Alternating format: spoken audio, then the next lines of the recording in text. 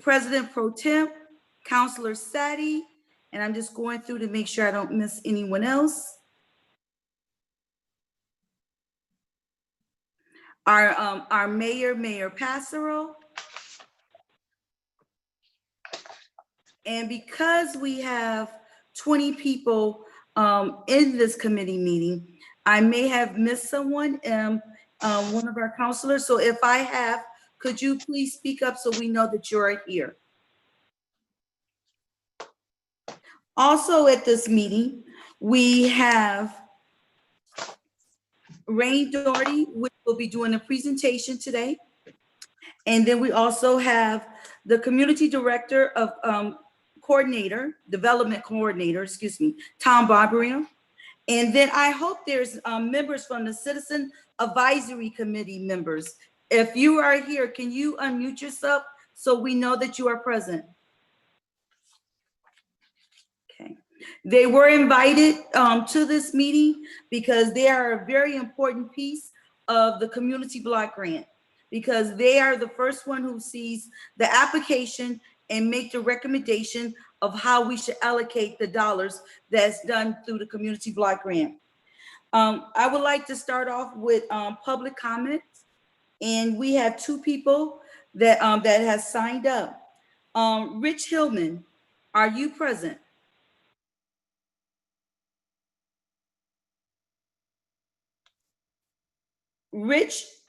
Richard Hillman. Hello? Yes.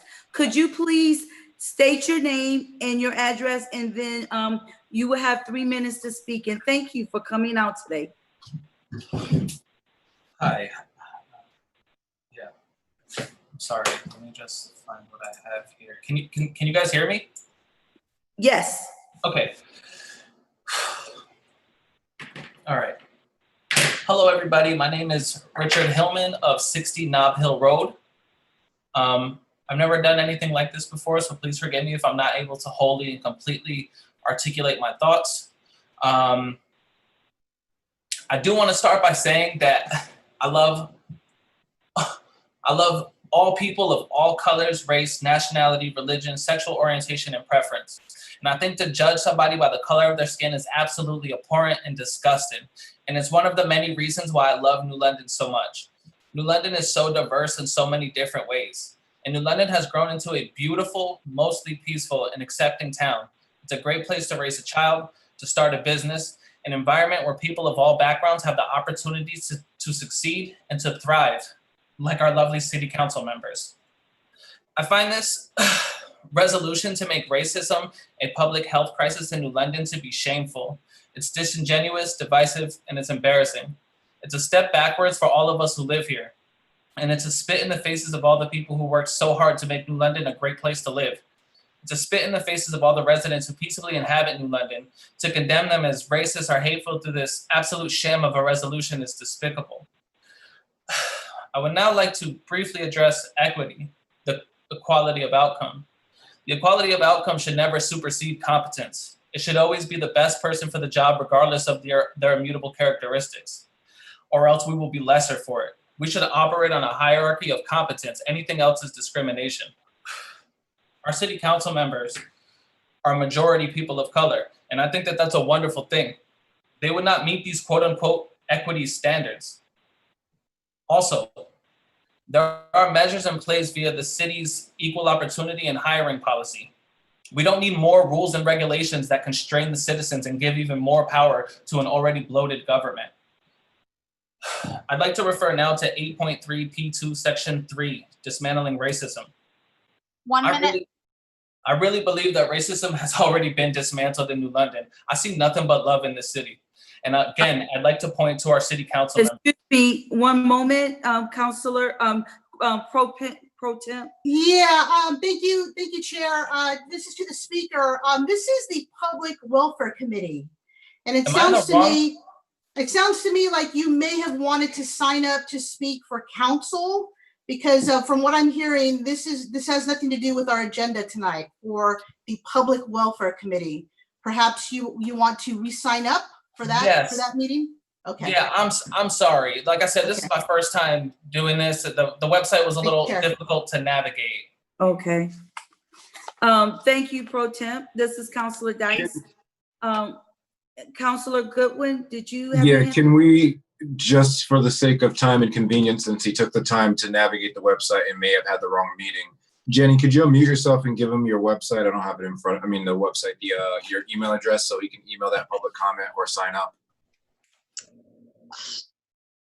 Yeah, I did get his name to be added to the list, but he specified Public Welfare Committee. But I can just, Richard, I can put you to the top of the council list if you want to come back at 7 to speak. Yeah, please. And again, I am so embarrassed.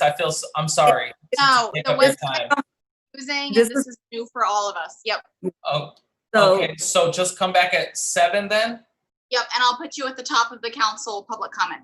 I feel like a complete idiot. I'm so It's- sorry. okay, and don't.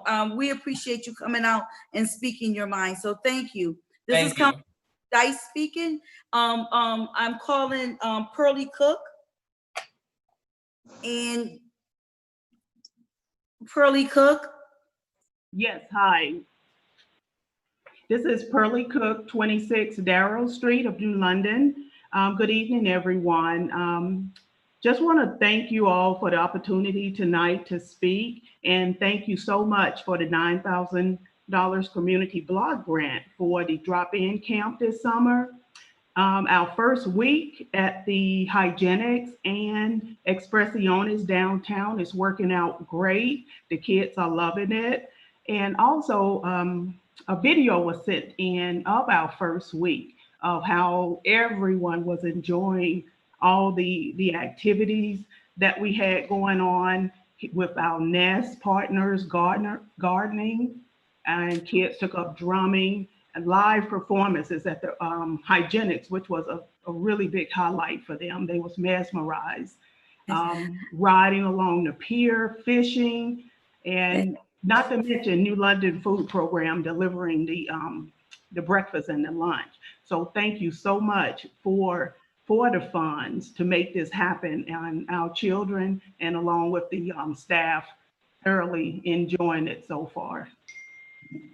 So if you could start the video, Dan, it is a 2-minute video. It's gorgeous. You're gonna love it. Okay, give me a second. Okay. And then right after video, we're gonna go straight into Rain Doherty. She's gonna do her presentation. This is Counselor Dice speaking. So right after the video, Rain, you're gonna be on deck, and thank you.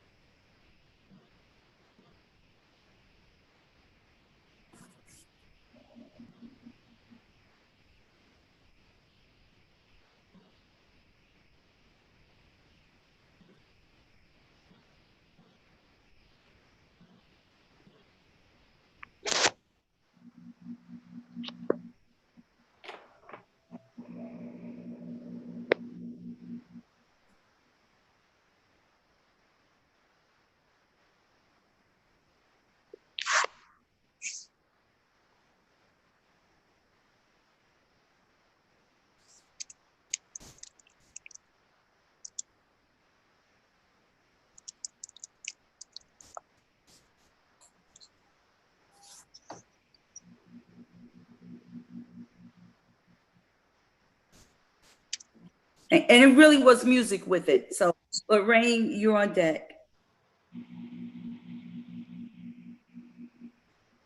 You're on mute.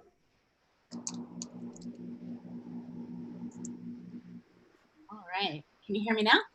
Yes. All right, great. Thank you so much. I'm going to share my screen.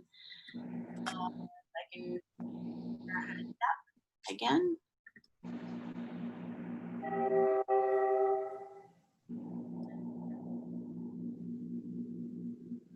Great. So thank you so much for the opportunity to just touch base with you about the findings of the HUD study that we did, the 5-year consolidated plan for the block grant funds, which is a HUD requirement, but it was also a really excellent opportunity to touch base with folks in New London who care about the community and wanted to give their input, as well as the organizations that provide services. So we had 10 public meetings, and I met one-on-one with the staff from 31 organizations that provide services in New London. The survey was filled out by 244 individuals. Some were in Spanish and some were in English. And I just wanted to remind folks that this survey and all of these meetings did happen at the beginning of the year before the governor did the stay safe, stay home order. So that was on March 20th. And I had 2 meetings in March that took place over the phone. And the summary of those meetings are also attached, but I am just going to do the summary of the survey results, which are the summary of input from folks who showed up at the public meetings, who filled the survey online, and also picked up the paper surveys at the public library and other public places. This is my cute little chicken. All right, so the demographics of the people who filled out the survey. Most of the folks identified as residents of New London, you see 71%. But then we did also have folks who selected that they were a service agency or from an organization, as the majority of the folks. Majority 65 to 34 female. And then on the age bracket here, you can see the breakdown in the color wheel, but it was 84% of the folks who responded to the survey were over 30 years old. Household size, we had a lot of single person and 2 people home household size. And, there's an intentional, there was an intent when this was started to have a diverse response.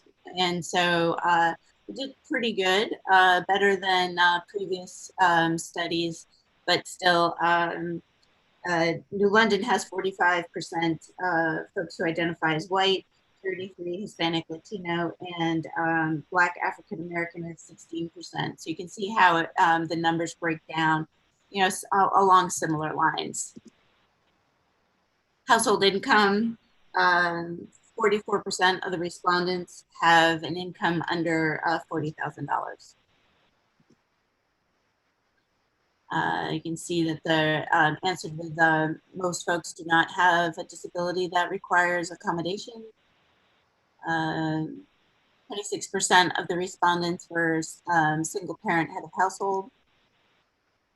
11% received low income subsidies. And 11% were concerned about eviction or foreclosure. Again, I want to remind folks that this was before the COVID pandemic crisis. I can only assume that folks may answer this question differently now. So another section of the questionnaire was about fair housing choice. So this is about discrimination in housing choice. So it's not so much about the price of housing as your experience with discrimination. 61% of the respondents to this question said that they believed that discrimination was an issue in New London. And 20% said that they experienced it themselves. And this is the breakdown of that experience. Majority experienced that with landlord and property manager. And then the next was real estate agent. And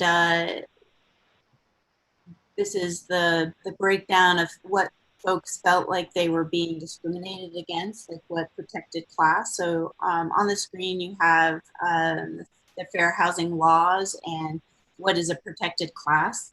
And I just wanted to also raise up that Connecticut Fair Housing Center, Finn Darby Hedges says that in their findings, if somebody who is looking for housing falls into two of these categories under the protected categories, then they have 100% chance of being discriminated against.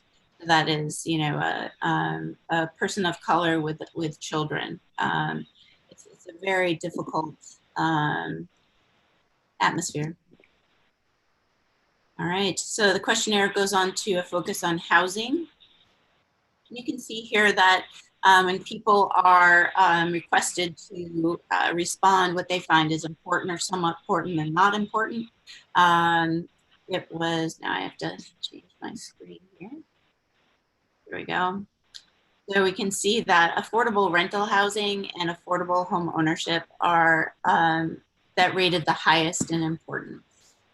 You can see how the breakdown, this presentation is available on the city's website. So if you are wanting to see it again, you can find it there.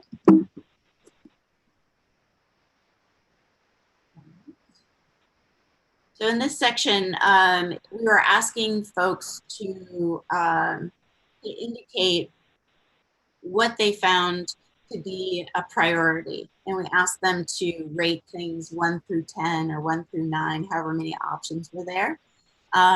What I discovered in receiving the surveys back was that people often numbered things one, you know, their 3 top choices. So the next slides are going to show you how their 3 top choices were rated and how many people responded. All right. So on this slide, child care centers and community centers rated the top. We had a lot of conversations about amenities that folks would like to see. They really focused around supporting children and supporting the services and nonprofits and activities that families are engaged in a supportive, clean environment. A lot of the service providers talked about the fact that they don't have a facility to provide their services in any sort of secure manner. Either they are looking for sort of free accommodations, or they are, you know, in non-stable rental situations, and it's pretty disruptive for their services. And they also talked about that a lot of the children that come to their programs and families that come to their programs are really hungry, so that they are actually feeding folks before they get down to the you know, the nature of their service. So community services, again, child care services, food security programs, health services were rated among the top. In neighborhood, sort of quality of life, crime prevention and blight and litter cleanup sort of rated at the top of this category. And then special needs services, domestic violence services, homeless shelters, and centers for the disabled rose to the top as their priorities there. Job creation, retention, employment training. People care about downtown, so downtown revitalization and for those jobs there really rose to the top in that category. Another quality of life and infrastructure, sidewalks and streets, street lights, stormwater, really a lot of conversations about how people move around the city, and would like to see continued improvement in those areas. The city has a schedule for repairing and creating new sidewalks and repairing streets, and so that was lifted up as something they'd like to continue. So among, putting all of those categories sort of against each other to say really out of those, all of those categories and the priorities within it, really what rises to the top, and community services and community facilities really rose to the top on that. And one of these, strategic questions that was were put towards the community to say, if we have block grant money, annual allocation, it's finite.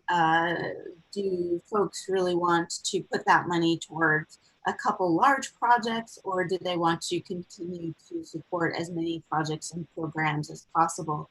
And you can see the breakdown there and responses.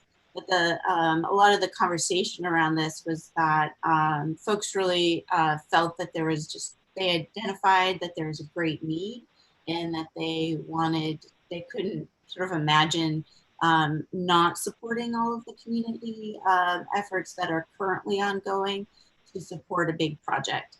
And then other people really wanted to make a big splash and a big difference, and have that be tangible, and we're advocating for using that resource for one or two big projects. So it was an interesting conversation with folks. And that's what I have for the presentation. Really happy to answer questions. I did want to actually mention one thing about housing. Before COVID, 33% of homes in New London are owner occupied. That is the lowest in the state, the third lowest in the state, only behind Hartford and Bridgeport. Of those homeowners, 38% are housing cost burdened. That means that over 30% of the household income is going towards housing. And that's a HUD qualifier. If you put more than 30% of your income towards housing, then you're cost burdened. You're having a hard time paying for the other necessities in your life.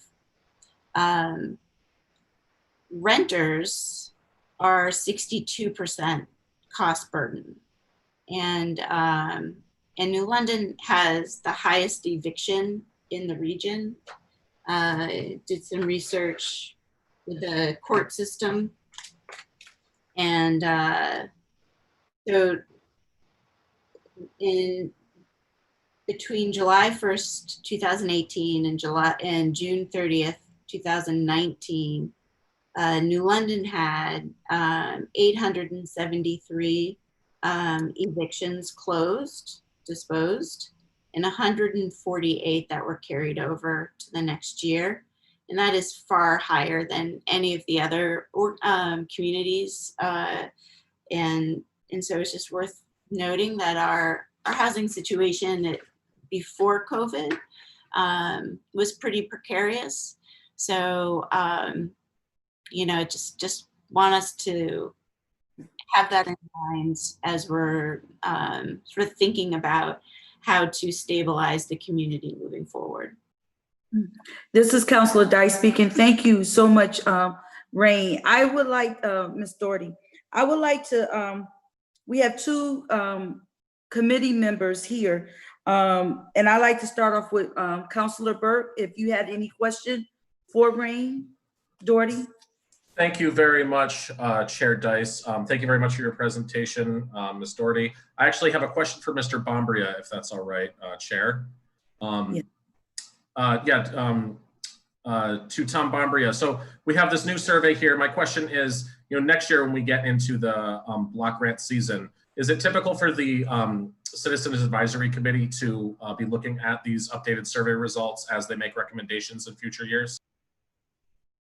Yes, it is. I'll bring it forth to them and refresh their memory and use the results from Rain's research and efforts on the comp plan to inform both the Citizen Advisory Committee and the City Council on what the community's priorities appear to be. And then it's up to the vote and the members to decide those priorities and the allocations. But we will try our best to remind everybody about what the community has said. It wasn't as representative as we would like. I mean, it would have been great if we had 10,000 surveys and instead of a couple hundred, but the effort was made, and this is what we have. And so we have some good statistics, so to use moving forward. Thank you, Mr. Bombria. This is Councilor Burke. I look forward to you reminding us to take a look at those next year. Nothing further. Thank you, Chair. Okay, this is Councilor Dice, and I would like to, Councilor Goodwin, do you have a question for Ms. Doherty? Due to time, no, I'll probably have it offline, but I just wanted to thank her for coming in and giving us that feedback presentation. I'm going to spend some more time with it because I do have some questions and lots of follow-up conversation as to how resources should be allocated based upon the concessions of the actual public. So thank you for compiling that, and I look forward to more conversations. Okay. This is Councilor Dice speaking. Because time is, because we only have 3 minutes left, I would like to encourage our councilors. Did any councilor have a question before we end our committee meeting? Excuse me. President Pro Tem. I can do this in 30 seconds. So thank you for putting this together, because we visually need to see these numbers, right? And I know that we're reminded every year that the average household income is very low, right? Between $30,000 and $40,000. But it's important that we have these numbers. And just as a reminder, I am not a big fan when we get these block grants to evenly distribute the money. I think that we should really focus on the areas where the community has a need, and this is a perfect example of providing us with that data. So thank you very much. Okay. Did any other counselor would like to speak, or our president? Yes, just want to thank you. This is President Dominguez. Thank you, Chair, for this opportunity. Just want to thank Ms. Doherty for the presentation. And you know what I have to say, it was great to see where the community voted for most of the things that they wanted to be done. And I have to second what President Pro Tem Altate says. I think I want to focus on those things, because if we start spreading everything around, I don't know. I think let's focus on certain things, get those out the way, and then we can continue moving on to the rest. So anyway, that's it. Thank you. So this is Councilor Dice. Can I have a motion to adjourn? This is Councilor Burke. So moved. Second. Thank you. Councilor Goodwin. All in favor? Aye. Aye. All right. Thank you. Thank you. All right. Okay. Good. I think we got maybe 30 seconds or a minute. Yes. Thank you so much.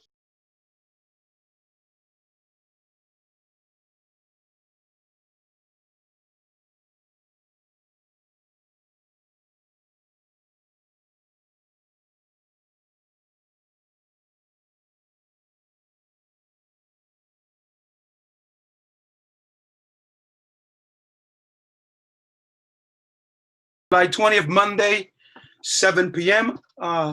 And we are welcoming you to the City Council meeting in New London, Connecticut. At this time, I'm going to call on City Clerk Ayala to please do the roll call. Yeah, good afternoon, President Dominguez. Yes, present. President Pro Tem Natartes. Present. Councilor Burke. Present. Councilor Sadai. Present. Counselor Goodwin, Present. Counselor Dice, Present. Counselor Booker Jr. Present. All present. Okay, thank you very much. At this time, I'm just gonna go over the logistics real quick.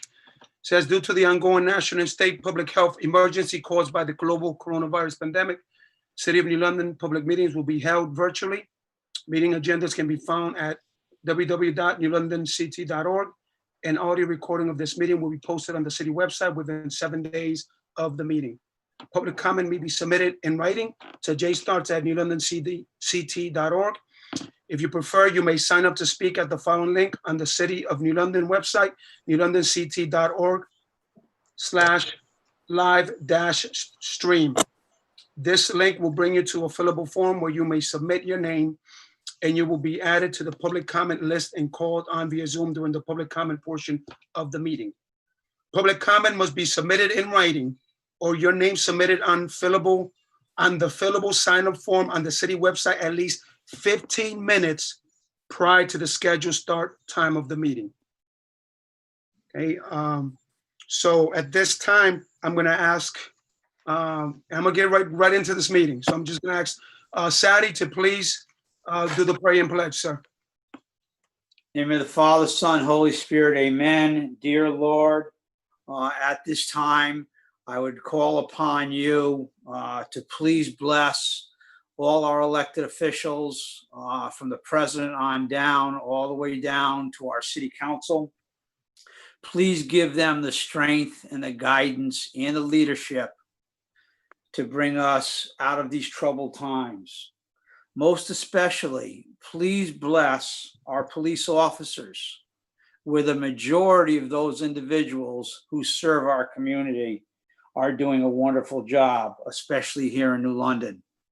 Please understand and have our elected officials understand that by disparaging them, by allowing one bad apple to spoil the whole dozen, will not necessarily do our community and or our wonderful police officers in this country any good. Again, my understanding is that there are some bad, but please God, try to disenfranchise them from all those who do all the wonderful things that our officers do in this community. In God we trust, and please do that this evening. Amen. At this point in time, I would like to ask everybody to stand. And Jenny, if you could please post the American flag. I pledge allegiance to the flag of the United States of America and to the republic for which it stands, one nation, under God, indivisible, with liberty and justice for all. At this point in time, I would like to turn to Council President Efrain Dominguez to lead us in the Spanish Pledge of Allegiance. Prometo lealtad a la bandera de los Estados Unidos de América, a la república que representa una nación ante Dios, indivisible, con libertad y justicia para todos. Thank you for that, Mr. Dominguez. This is Councilor Sadi signing off. This is President Dominguez speaking. Thank you so much, Councilor Sadi. At this time, again, I just want to welcome the mayor, many of the city department heads that are here, and all dignitaries and everybody. Can't go through everybody, but you know who you are. Thank you for coming, and for like 67 participants that we have here tonight. So I'm very excited to hear the comments and to have everyone be heard this evening. All right, with that said, I am going to ask Councilor Sadi to add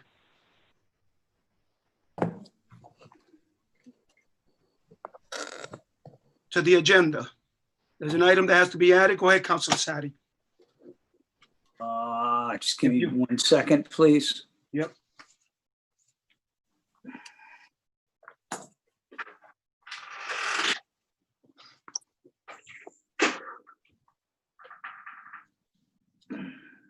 Y'all address in the chat.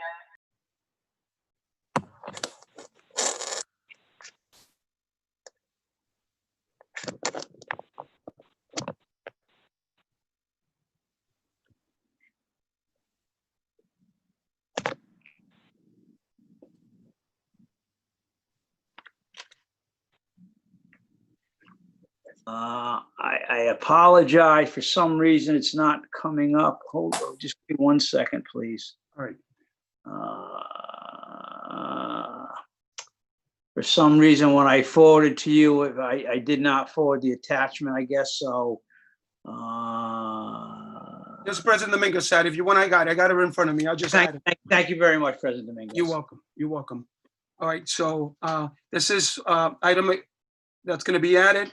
Here goes the CAM. The City Council approves ordinance 07-20-20-04 in the amount of $80,000 made from revenues received from a grant from the National Recreation and Park Association with support from the Walmart Foundation for the purpose of providing a nutrition hub model to reduce food insecurity.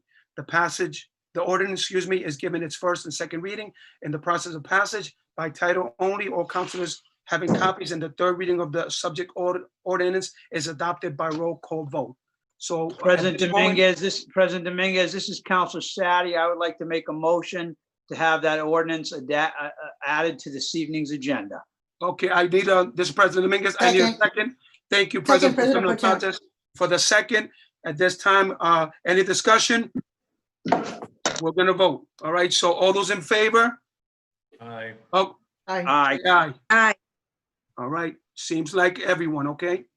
All right, all those opposed say nay? Okay, so it's been added to to the agenda. Thank you. All right.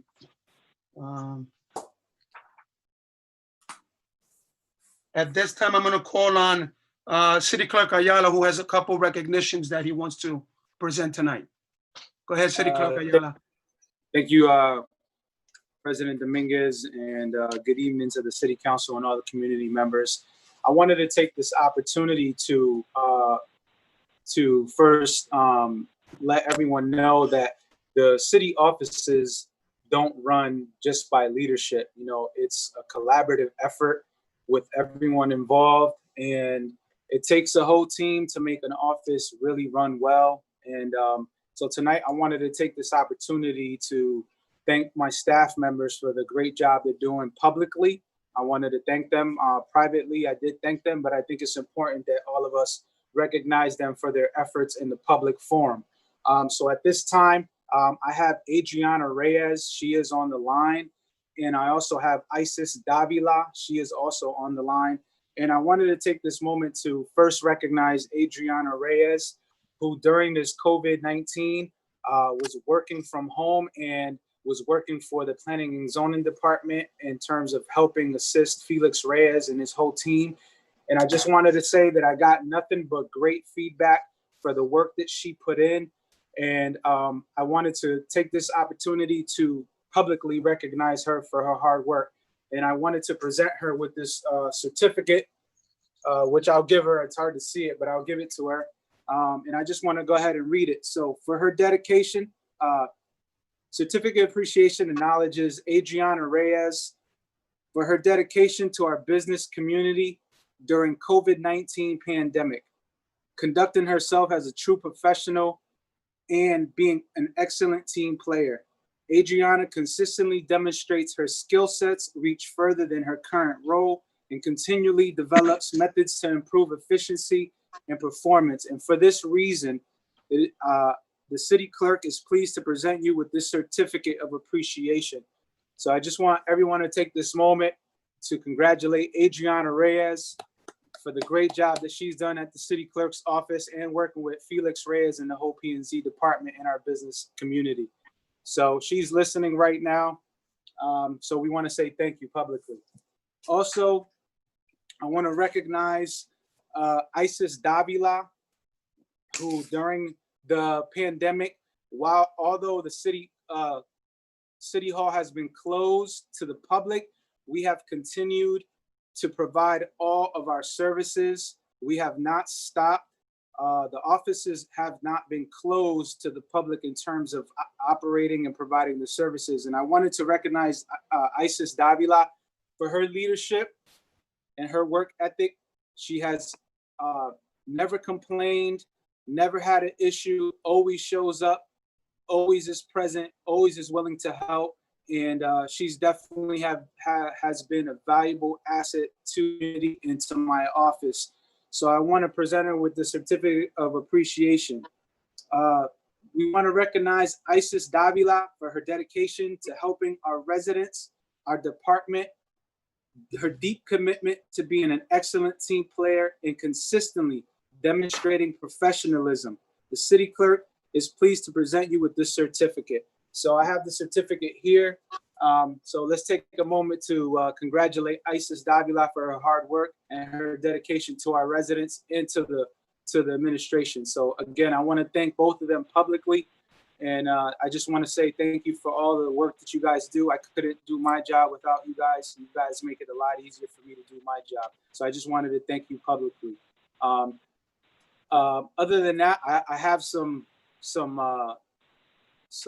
gifts that I'll give you offline, for your hard work. And I just want to say again, publicly, I appreciate what you guys do and all the hard work you've put in. And I've gotten nothing but great feedback. Again, so thank you, President Dominguez, for the opportunity. Thank you. President Dominguez speaking. Thank you, City Clerk Ayala. It's wonderful when we can recognize those people that work with us and alongside of us to make sure that we do an excellent job.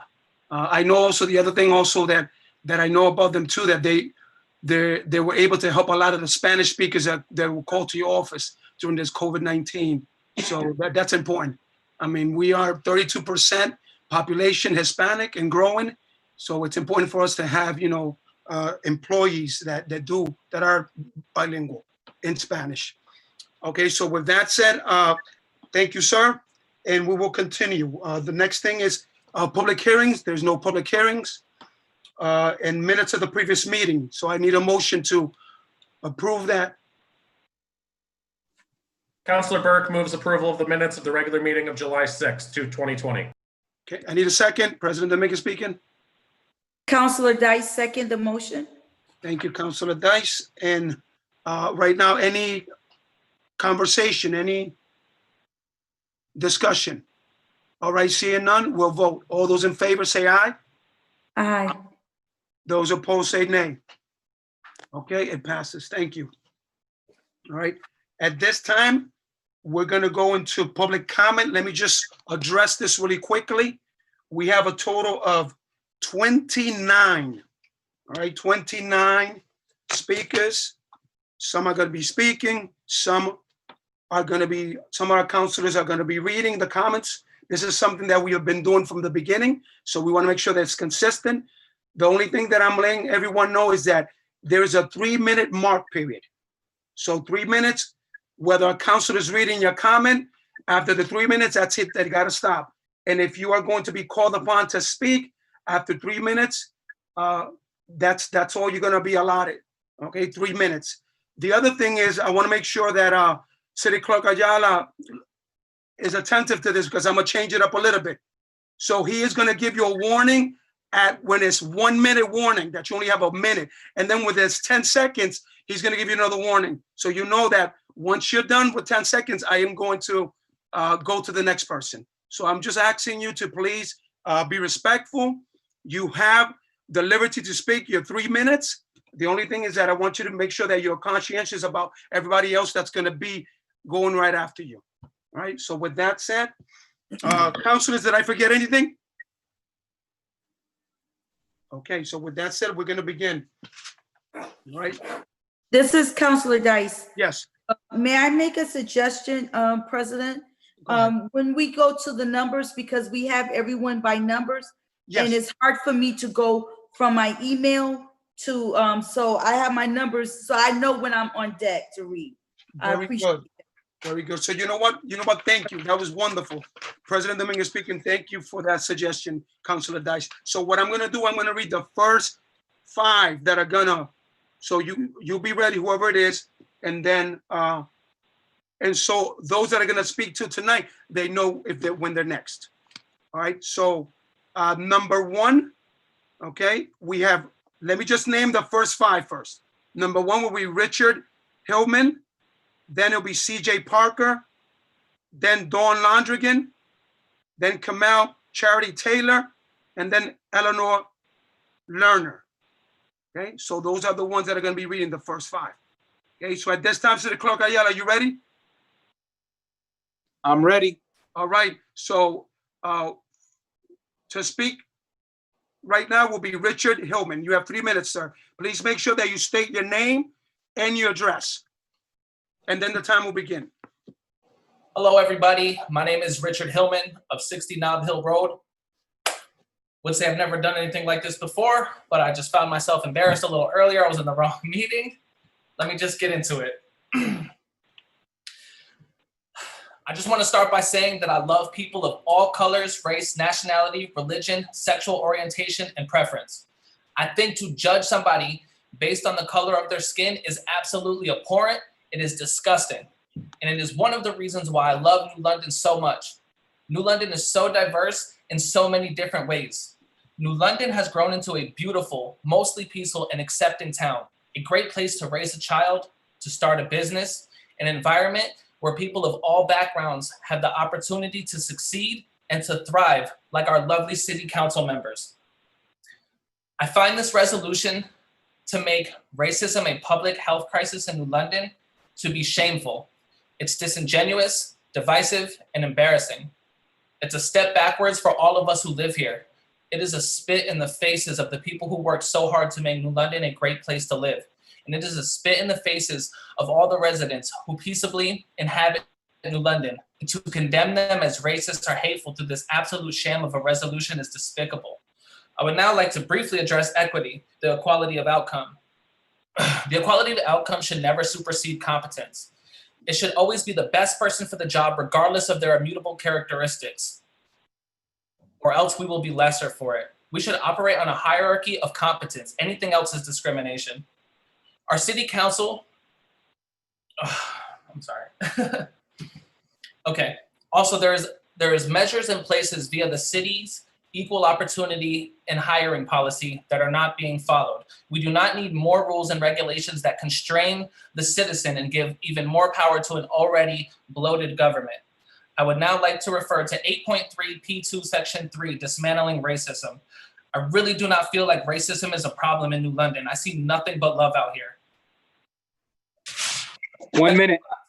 If there is systematic racism, then we only have our leaders to look to. And I would like to point to our city council members, and I find it highly unlikely that any of them would be contributing to systematic racism. Again, Section 5, to deliberately exclude white people as if their health is of no concern is disgusting and on its face discriminatory. Any type of legislation that would favor a group of people because of their skin color is systematic racism and oppression. This resolution, you know what? I would hate to see New London start down this path of hate that will no doubt lead to the destruction of our beautiful city. We cannot and will not fix racism with racism. And while some of you will easily dismiss my statements as opinion, keep in mind that the pretense for this revolution is not based in 10 fact. seconds. Lastly, the rhetoric alone of defunding the police has led to a dramatic increase of violent crime throughout the country. When the police are defunded, it will only get worse. Thank you for your time.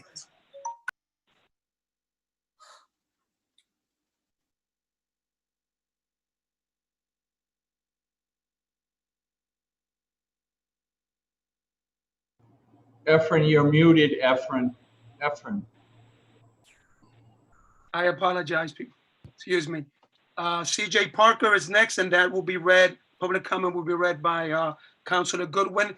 Same thing, after 3 minutes, we're done. There is no address listed. Can you hear me? Yes. Alrighty. Good afternoon. I hope this email finds you well. I'm writing you to express my support for re-examining the New London City budget and reallocating money towards education and social services by removing funds from the police budget through line item transfers. In the words of Equal Justice Initiative founder Brian Stevenson, I'm worried about the fact that we've elevated finality over fairness. In his work, this phrase looks like judges executing innocent people. In your work as a city council, that looks like further oppressing the people you represent. Both are grave injustices, and we all know injustice anywhere is a threat to justice everywhere. beyond the racist and classist origins of American policing, beyond the state-sanctioned violence police are famous for, how much longer do we in New London have to try to learn without ample educational opportunities? How much longer do we have to fight internal battles without mental health services? How much longer do New London's youth have to pass time with nothing to do? How much longer do we have to wait for our economic opportunities? How much longer does the potential of our beautiful and historic city have to be delayed? Continuing to provide New London Police Department with ridiculous funding only ensures New London will remain one of the most impoverished communities in New England. The impacts of poverty are far-reaching and cannot be underestimated. It is time we break harmful cycles by providing our community members with the services we deserve. Thank you for your time.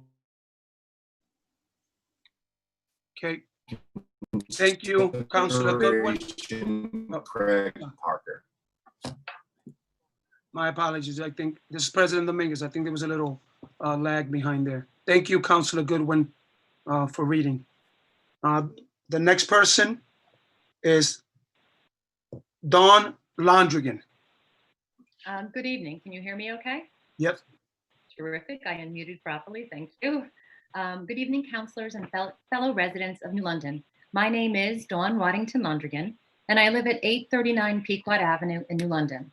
And I'm here tonight to speak in favor of Agenda 8.1 to accept the COPS Police Officers Federal Grant. 4 years ago, I found myself the target of a vile predator who was skilled at intimidation, calculated, relentless, and finds sport in creating a web of fear in his victims, like myself.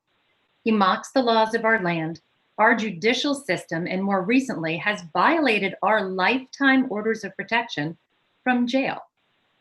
As victims of crime, I have witnessed the professionalism, unwavering support of each and every officer we have encountered and worked with, whether it be at the New London Police Station, at our home, or in the courtroom. My life is forever changed due to this vile, premeditated, and calculated acts against my husband, Tim, and myself. And to be quite frank, I live in fear every day. But I will not let this fear overtake my hope for each and every one of us to work together as a community and support each other and the brave men and women on the New London Police Department. We each have the opportunity here tonight, and you as counselors, to fund this mission.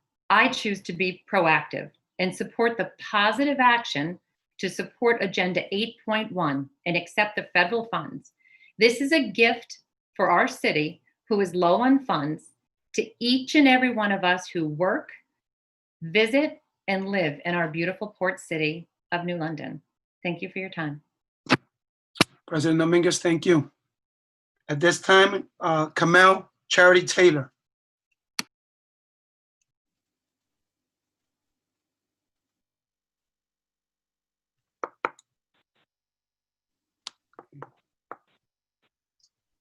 Let me repeat that again. This is President Dominguez. Dan, I don't know if you're trying to find the person, but the next person to speak is Kamel Charity Taylor. Yeah, I'm trying to see, but I don't find them. Okay. So we'll skip and then we'll come back later on if they show up. All right, so the next person will be Eleanor Lerner, and that's it's been submitted, so I'm going to be reading that.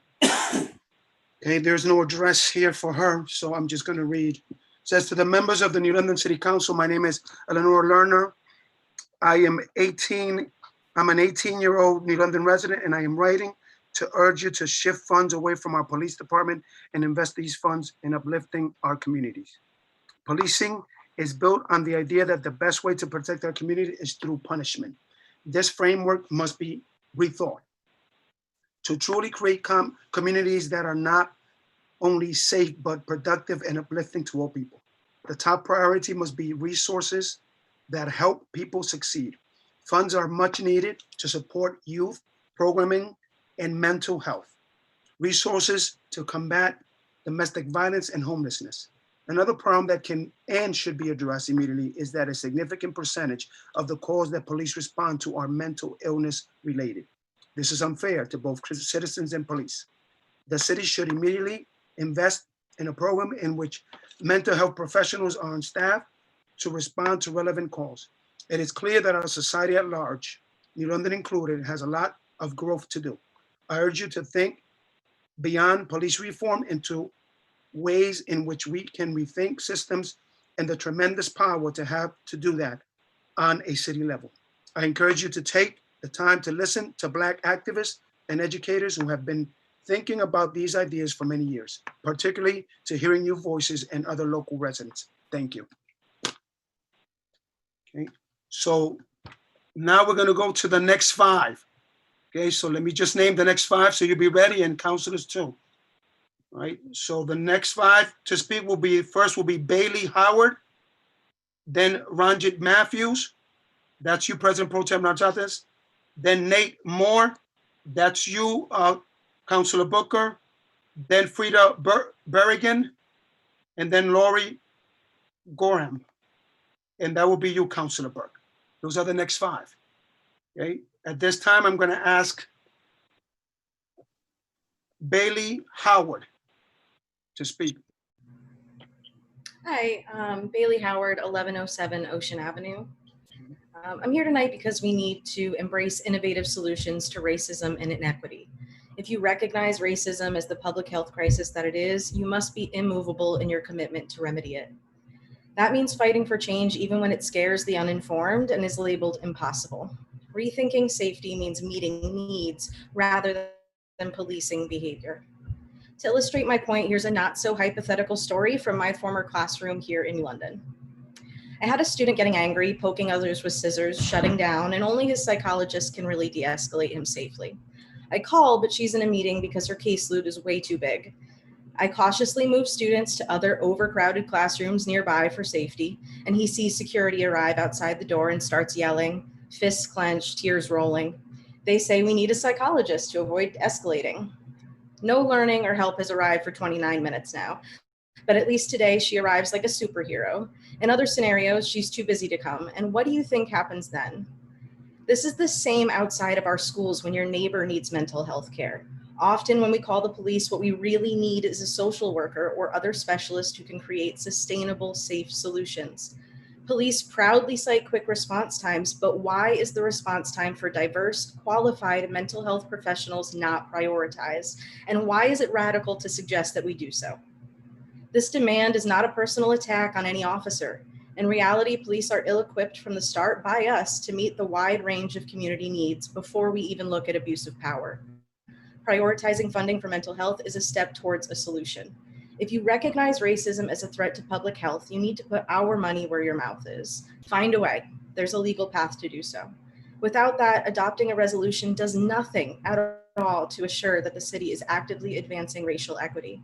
And honestly, I think a lot of us are done voting for people who say they support solutions until it comes time to move the money. In close, I really want to thank the young leaders reimagining systems of safety today. I'm proud of you. Lots of us are proud of you. Your work is essential and we're listening, and I hope the city council is too. President Dominguez speaking, thank you. Next person is President Pro Tem Nartates reading for Ranjit Matthews. This is a statement from Ranjit Matthews. It says, my family and I proudly live in downtown New London. I submit this written testimony in hopes of persuading the city council to substantially reallocate the fiscal year 2021 budget money from the New London Police Department to social services within our community. From a most recent day article, I understand that over $12 million goes to our police department. While I respect the work that the police department offers to care for the people of our city, we also know the incredible importance of investing in our people through education and other services. In my understanding, those areas remain tremendously underfunded. Given all the heightened work that activists, citizens, and residents of our country have labored and advocated for, how can our city continue on the same path without taking corrective measures to our city budget? While I advocate on this issue for so many reasons, this issue is personal for me. I have a son in the New London school system, and the education he is receiving is woefully inadequate. There is only so much one can do on the PTO. Our teachers and school administrations need support. Here's a simple thought. Transfer some of the 12 million allocated for the New London Police Department and use it to ensure the strongest possible educational landscape for our children. And it's relatively easy to say Black Lives Matter or to put up a placard in the middle of an uprising. And yet what is harder to do, but what is required in this moment is for the city to truly show up for all of our children and residents. The one very concrete way we can do that is by investing in our educational system. Imagine investing in teachers and teachers' aides, which would supplement the hard work that our teachers are already doing. Every city council meeting, we start with a prayer, but what does it mean to pray within the tradition of the Jewish prophets and Jesus of Nazareth, and yet pay little heed to how they are commanding that we live? We have a moment now to be better for our children and all of our citizens. Please take concrete action. Rajit Matthews. Thank you, President Pro Tem. This is President Dominguez. At this time, I'm going to ask Councilor Booker to read. Nathan Moore, no address listed. Here it is. The New London City Council faces a choice today. Whether it wishes to publicly state that racism is an issue that urgently needs to be addressed in the New London community and around the country. It is very easy to see the ways structural racism plays out on a local and national level. On the other hand, there are communities that are predominantly white that have access to good schools, good housing, good jobs, and who do not have police patrolling their neighborhoods. On the other hand, there are urban communities that have large non-white populations that do not have access to similar quality schooling, housing, and employment. The police are funded as a punitive substitute for the services that are not provided to urban communities. Between the budget years of 2016 and 2017, the budget for policing in New London increased by 35.36%, approximately $3 million.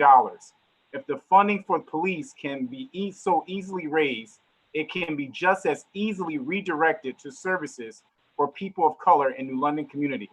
The City Council has a chance to agree that racism is an urgent crisis that needs to be addressed. But those words also need to be followed with financial resources dedicated to reversing generations of racial inequality in the New London community. Nathan Moore. President Dominguez speaking. Thank you, Councilor Booker. At this time, Frida, you're next. Hi, thank you so much. Can you hear me okay?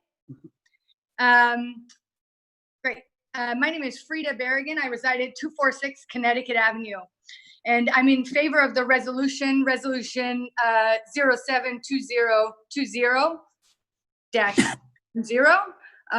which is agenda item 8.3 on the agenda tonight.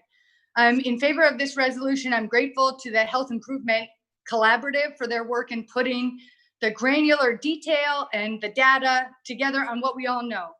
That systemic racism has a deleterious impact on health and well-being, and we can see that in the city of New London. I hope that this resolution passes, and I think that more needs to also be done. In order to be, in the language of the resolution, an equity and justice-oriented community that this resolution envisions, we have to do more than just pass well-worded resolutions. We need action. And lucky for us, the young people of New London, most of whom are Black and brown and working with Hearing Youth Voices and other civic organizations, have suggested a series of action steps that dovetail nicely with the whereases and therefores of this resolution. More than 8,200 of us have signed this petition so far. And I draw your attention to the one particular demand, the demand to move $760,000 from the police budget to the school budget. And the reason I wanted to speak tonight is to suggest that this action step is in line with the resolution before you, before City Council tonight. And I hope that the City Council can do this two-step dance of passing this resolution and hearing and heeding the voices of young people in this community. Finally, I want to point out that health and equity and community resilience, all kind of aims within this resolution. 1 minute.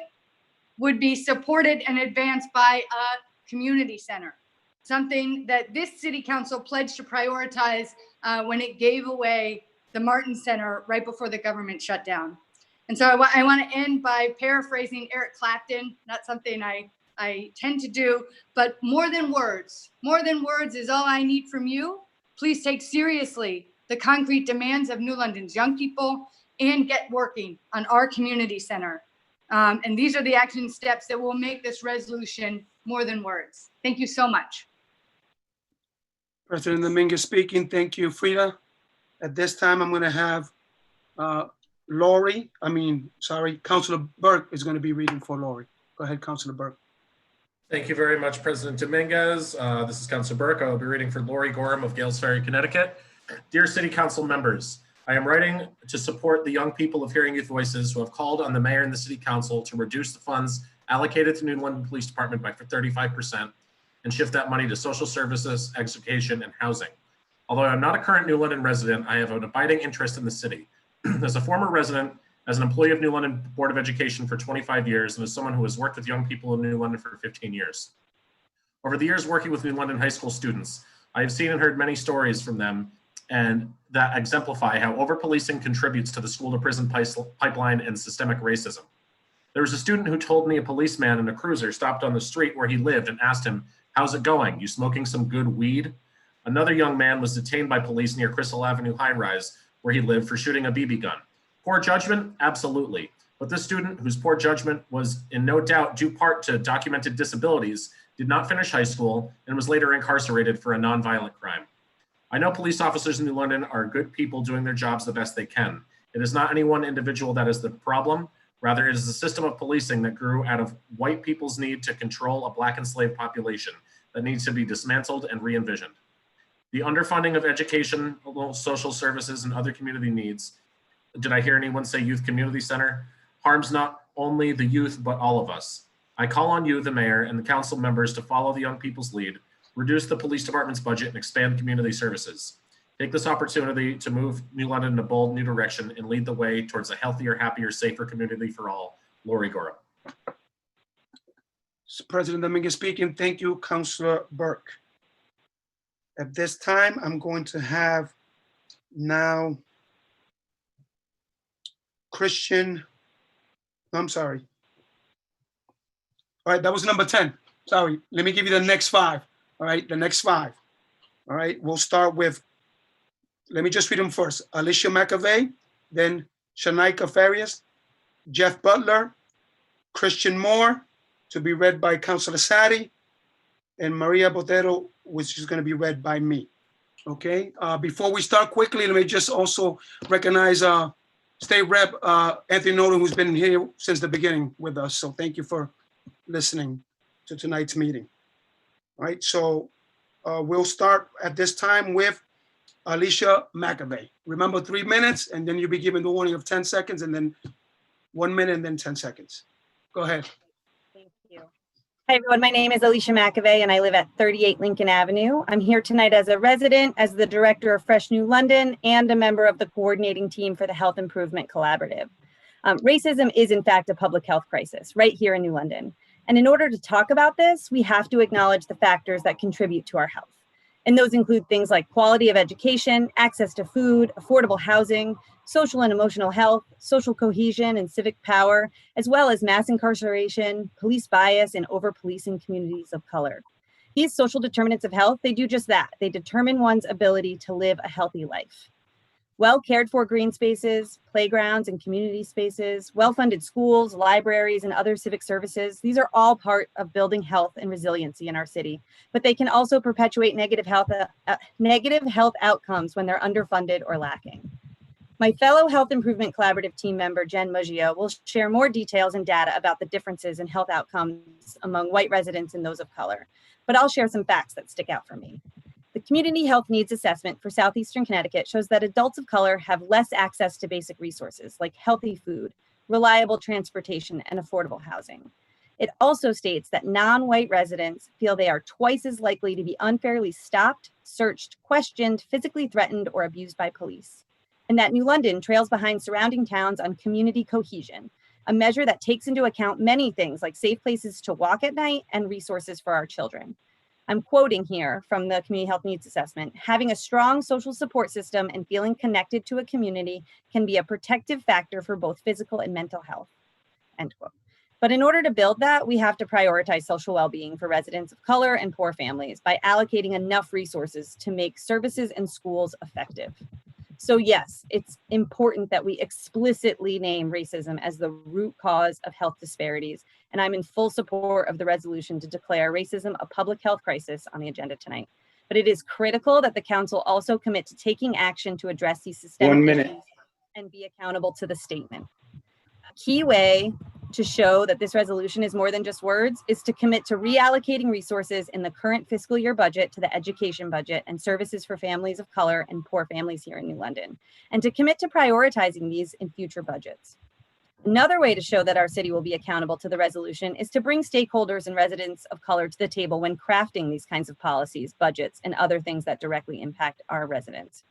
Hearing Youth Voices and Step Up New London are two grassroots-based nonprofits who have engaged in anti-racist work in New London for years. And Hearing Youth Voices is currently running a campaign that many of us are also here tonight to support.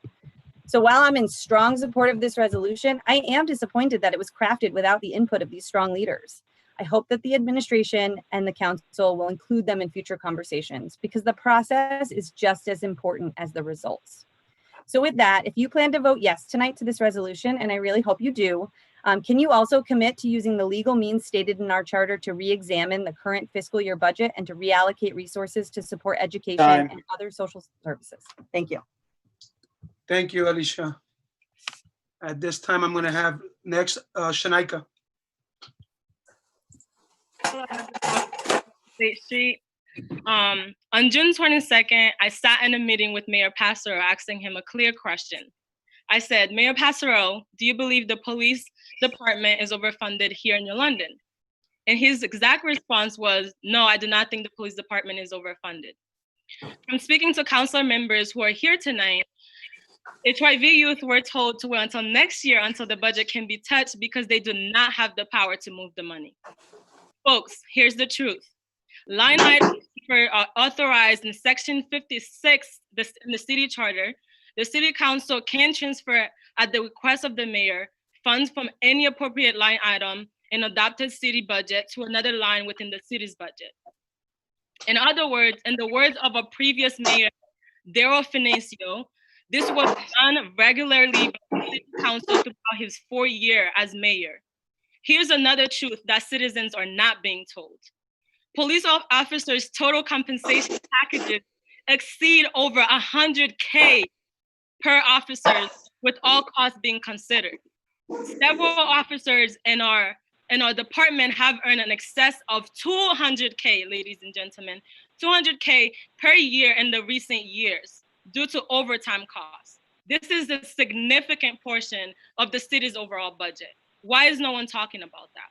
In fact, in 2012, Mayor Passero, along with fellow councilor Adam Spicacci, transferred funds from numerous line items in an attempt to force the administration to act different ways than it's currently doing to close the city's then existing budget deficit. Councilor Passero, on several occasions, lectured the administration how the city council to set policy and approve line item transfer to direct that policy even during the middle of the fiscal year. Indeed, the councilor does have the legislative power to change and move the money. In Article 3, Section 21 of the city charter, the primary legislative power is commonly understood as the power purse. So therefore, they have the power to move the money. Why are youth being told that it's impossible? The council can transfer the fund, they can issue resolution and policy, and they can hire their own legal counsel to make that happen. And it is absolutely untrue that the council can do nothing until the next budget cycle. This statement is likely being told as a political excuse and action based on a willingness to politically challenge the administration and or the police union. 1 minute. So yes, New London wants to declare racism as a public health crisis. But I have one question that all of you failed to answer. What are we doing about the fact that one of the most racist institutions in history have earned in excess of $200K a year in recent years? How are we dealing with such crisis and when we're talking about racism? Because young people are being told they can't do it. Councilor members are being told it's impossible because it can't be done this year. And yet we're reading on the city charter that it is possible, but yet young people are being told it's impossible. So before we start and declare racism as a public health crisis, we have the data. So what are we doing with that? It's time for all the council members here tonight with Mayor Passero to take the young people seriously and take our demands seriously, because the money needs to be moved yesterday ago. Thank you. Thank you. At this time, I'm going to have Councilor Dice read. As a New London resident, hello, I would like to comment on racism as a public health crisis at tonight's city council meeting, but I will be unavailable to attend. My comments are as follows. As a New London resident and community member, I strongly support declaring racism a public health crisis. We are seeing racist system affect health all across the country, and New London is no exception. One factor of this is racist behavior by police officer. For example, recently at a large gathering in support of Black Lives Matter, officers on duty refused to wear masks within 6 feet of community members, putting the whole community and specifically the Black community at higher risk for COVID. This alone with over-policing of Black and brown neighborhoods in New London is unacceptable for the health and safety of our community, especially from those who are supposed to serve and protect. I call upon the mayor and the city council members to take immediate action, defund and decrease policing in New London, and reallocate these funds towards education and community uplift. A petition in support of this has over 8,000 signatures and counting, more than 1/3 of the population of the city.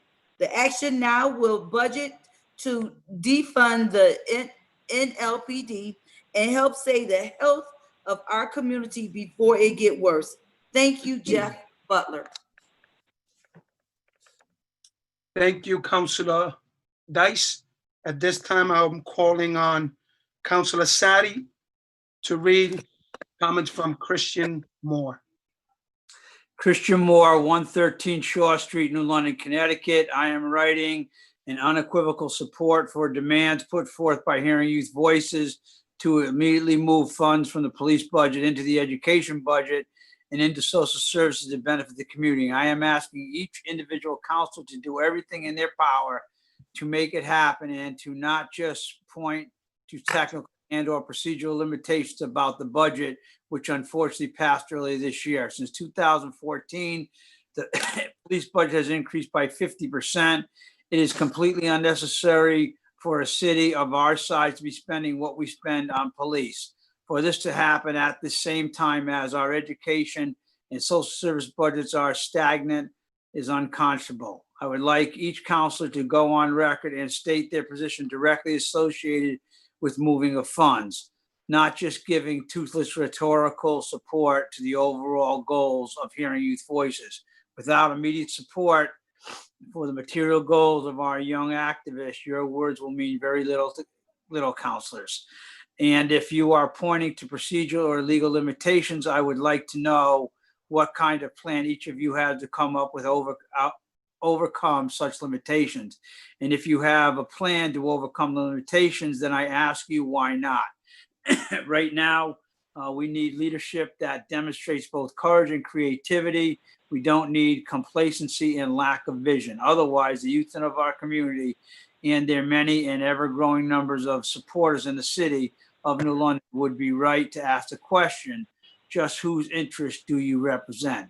Or is it that you are unwilling to stand up to the powerful forces and institutions of the city because of political calculation or maybe even a lack of backbone? Figure out a way to move the money.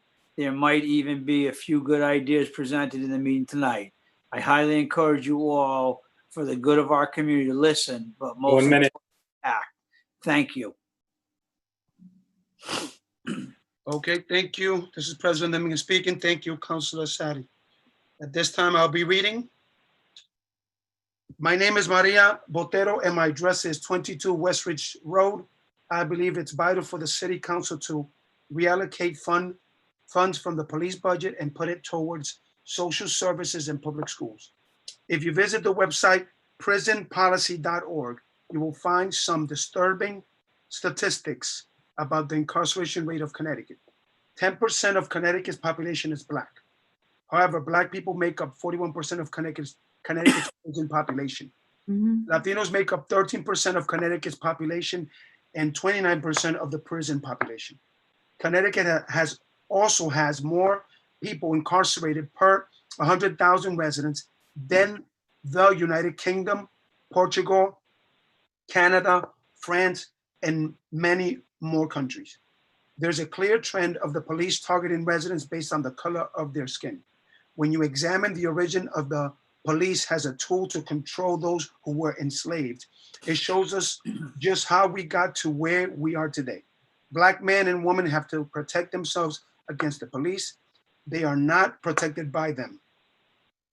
Mass incarceration and police brutality are just one of the many issues that hold on, guys. That Black and people of color, Indigenous people and people of color face, and the needs to be addressed as soon as possible. Our criminal justice system is not forgiving. People who can't afford a good defendant in court often spend multiple years for petty crimes, and there's no rehabilitation for them after they endure the cruel conditions of prisons. Think of the effect that this has on Black and brown families. What type of future will our children have if this violence continues? If you want to reduce crime, then treat those who are mentally ill, rehabilitate drug addicts, house the homeless, instead of criminalizing being poor and Black. Thank you for your time. Defund the police. Okay, that was the number 15, and now we're gonna go to the next 5. Okay, so I'm gonna read the list first. The next 5 that I'll be reading will be President Pro Tem Nartates, Councilor Booker, Charmaine Gregor, Sean Brooks, and Sharina Green. Okay. All right. Thank you. This is a statement from Jada G. Fitzpatrick. She is from Conn College. It says, I support the demand for moving money away from the police budget and into our educational settings. Our goal here is to develop a community-driven method of living in which we trust and rely on one another to create a positive environment. So to do that, we need community-minded individuals who not only trust themselves, but trust others. From a developmental point of view, putting money into an active police presence in these schools is detrimental to the end goal that we seek. The relevant cognitive process is called social emotional learning, which is the process of developing self-awareness, self-control, and interpersonal skills that are vital for school, work, and life success. According to Erickson's theory of psychosocial development, adolescents aged 12 through 18, the age group primarily impacted by these policing practices, struggle with identity versus role confusion. This stage is important in developing independence and a sense of self. Practices like hyper-policing within urban school contexts essentially set the students who attend these schools up for failure by stunting their development of social emotional learning, the vital base for building up our community. In environments like the ones present in policed New London public schools, students are made to feel like they are a danger to themselves and their peers and are therefore unable to make positive decisions about their own livelihoods for themselves. Additionally, this puts students in a mindset that they always need to be watched over in order for order to be maintained, thus creating a deficit of independence amongst the student body. Furthermore, this creates a sense of distress for all community members. I see this demand as a positive first step for building trust and creating a stable base for the New London. Dacis. No address is listed. I apologize for not tuning in this evening. Thank you for receiving my comment. I'd like to voice support for a city-sanctioned declaration of racism as a public health crisis, and I look forward to hearing about what the declaration means in practice to each of the councilors and the mayor. Secondly, I'd like to voice that money from this year's budget be approved to be reallocated towards education and social services, and that additional police hardware and hiring, even at no cost to the city, be dropped. I believe in the demands put forth by hearing youth voices. Please address the demands officially as soon as possible.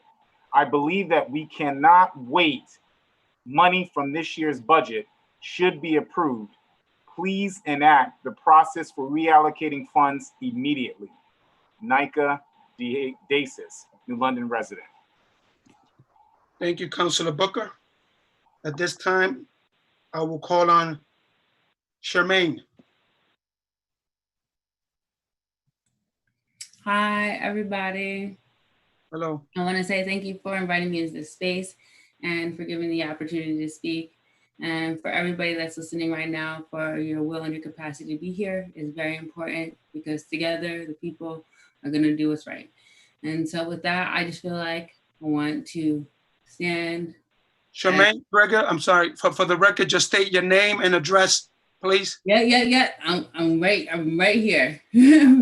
So I just want to state for the record, Charmaine Gregor, thank you. 30 Broad, New London, Connecticut.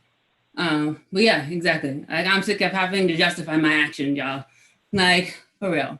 Like, we are sitting here trying to do what's right for our community, and we don't have to stand around and wait for somebody else to do it for us. We are living in a pivotal moment. And as councilmen and as mayor, we can do things differently. As committee members, as city committee members, we have a right in our own community to stand up and do better. We don't have to wait for somebody else to do it for us. You know what I mean? And so I'm saying, like, I love everybody's effort and what was going on, but we need to state this, and so many people have stated more eloquently than I could ever state, on the grounds of education and education reform, and on policing and on police reform, and on community equality and housing and spaces and places that people hold value, and that people come back after generations and say, my neighborhood has changed. My neighborhood doesn't look like what it looked like when I grew up here. And we, for some of that, are okay, because, you know, that means we grew. But for some of that, it hurts a lot of people. And I'm gonna talk again to the Columbus statue, because, you know, as much as I was for it coming down, I understand the people that were hurt by that history being deactivated or being like unstood for and you know? So we have to be able to say that we can understand each and every one of those points of views and say that we're gonna stand differently as a community, regardless of what's going on in our nation, what's going on in our state, what's going on in our county, and for everything that's going on globally. 1 minute. You, as a person, need to find out yourself. Like, we live in a community amongst people, amongst neighbors. We know our neighbors. We feel for our neighbors. We want to do better in our community. And that's what we're doing right here. And we're asking our citizens, we're asking our city councilmen, and especially we're asking our mayor to listen to the people and to do what the people are asking. Because we are all out here telling you what we want. And are you listening to what we're saying? Do you hear us? Do you hear what we're trying to tell you? because we're trying to make a change, and the small change is the change that we're making today. Thank you. Thank you very much. At this time, I am going to be calling on Sean Brooks. Good evening. My name is Sean Brooks, and I am a resident at 53 Boulder of New London. I speak in support of the resolution declaring racism as a public health crisis. It is important to acknowledge that white supremacy is embedded in our institutions that we occupy every day and have historically been perpetuating health inequities, especially in Black communities. However, there needs to be intention behind declaring this. This cannot be a performative act. This declaration will change the trajectory for the city of New London for good. It will be tackling social, economic, and political determinants of health and issues that would prompt city officials to cause resolutions to, i.e., education, walkability, transportation, sidewalks, hunger, food deserts, gas stations, public housing, building infrastructures, mode, zip codes, geography, and a huge component, stress. According to the Health Improvement Collaborative Wellbeing Survey, if people are not employed, then they are most likely to have possible and decent profilings with police. In conclusion, research shows that discrimination is perceived to be most often associated with race, especially when it comes to the police. This is tied to race, whether we want to acknowledge it or not. The Hearing Youth Voices petition has over 8,000 signatures from citizens signing for the support and defunding police. However, as our city officials are not listening, this data collected from the Health Improvement Collaborative clearly shows the disparities of police trauma on Black people. We know what the root causes are for the social problems in New London, and it is time we do something about it. We need to defund the police in order to target the root causes of the social problem in New London. This system is not broken. It is doing what it is intended to do. White supremacy is embedded in the policies and practices. If we don't take a specific action tonight, then naming racism as a public health crisis is simply performative. Is that what we want? Thank you for your time. Thank you, Sean. At this time, I'm going to call on Sharina Green, which Councilor Burke is going to be reading. Thank you, President Dominguez. This is Councilor Burke reading for Sharina Green. I want everyone to take a moment and just imagine being part of the Black and brown youth, waking up every morning just to enter a school where you feel powerless against the system, knowing that it wasn't made for you. As a former New London High School student, I have continuously been exposed to many of the injustices within that school. I continuously felt unsafe and always had to tread very carefully when being in that building, knowing that no matter how good my grades were or how respectful I am, it will never be enough. The few encounters that I've had with police officers, not only in school but in my community, have never been the best. It went from them watching through security cameras, banging on the bathroom door when all I needed to do was use the restroom, to follow me on my path home. It was even more painful seeing most of my peers suffering from this, and most of the time suffering even worse. Even having a bad day at school would automatically result in you get taken and placed into ADP. Once a fellow classmate I knew was taken by security from her class for simply not wanting to engage in the classroom after dealing with some issues. They placed her in a small room along with many others and wouldn't allow her to leave, even though she was dealing with menstruation. I had to ask a nurse for a tampon and bring it to her in time just as the day was coming to an end. As someone who deals with anxiety and depression, it would be nice to talk to someone in confidence about how I'm feeling and be able to trust them, but unfortunately I am not able to. When I reach out, I'm always just turned away and told to go back to class or threatened to get security called the second I just need time to myself.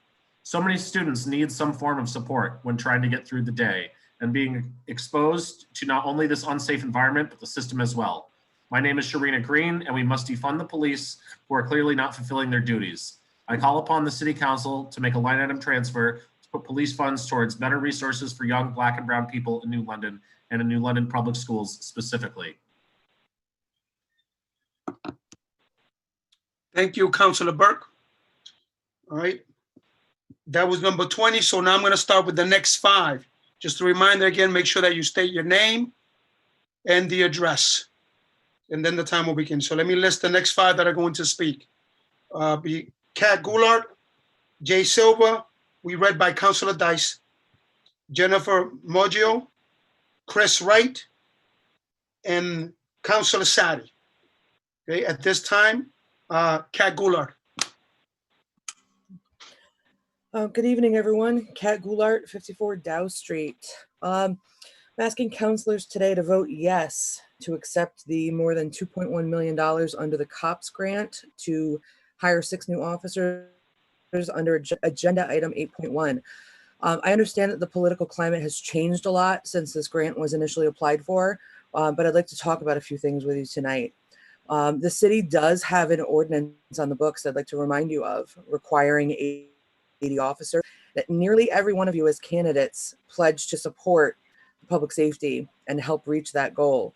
Now that you're elected, you're obligated to do so. Accepting this money helps to accomplish that.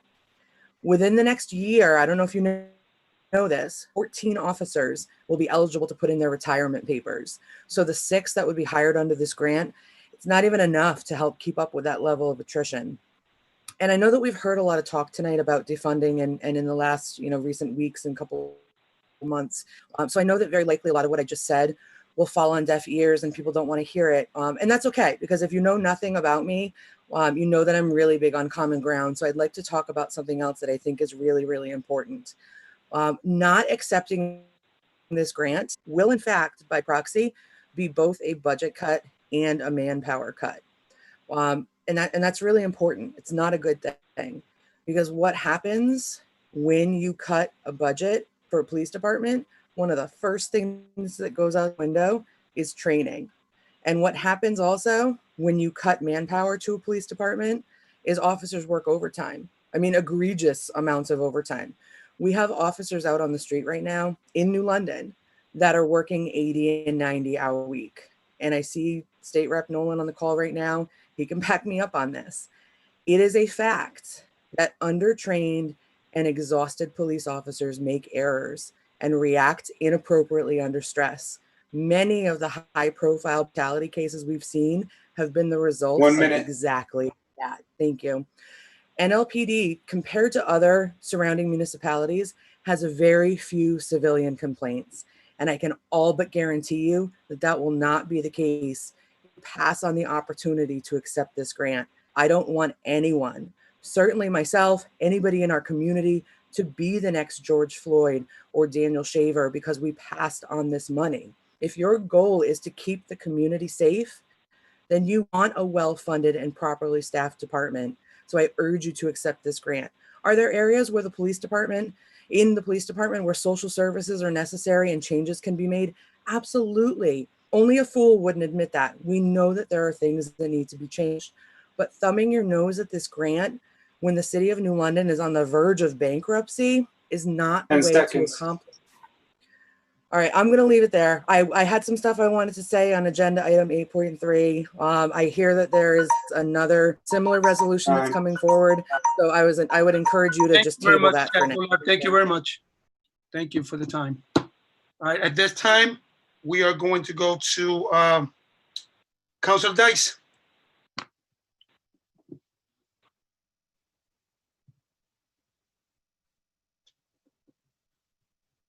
Councilor Dice?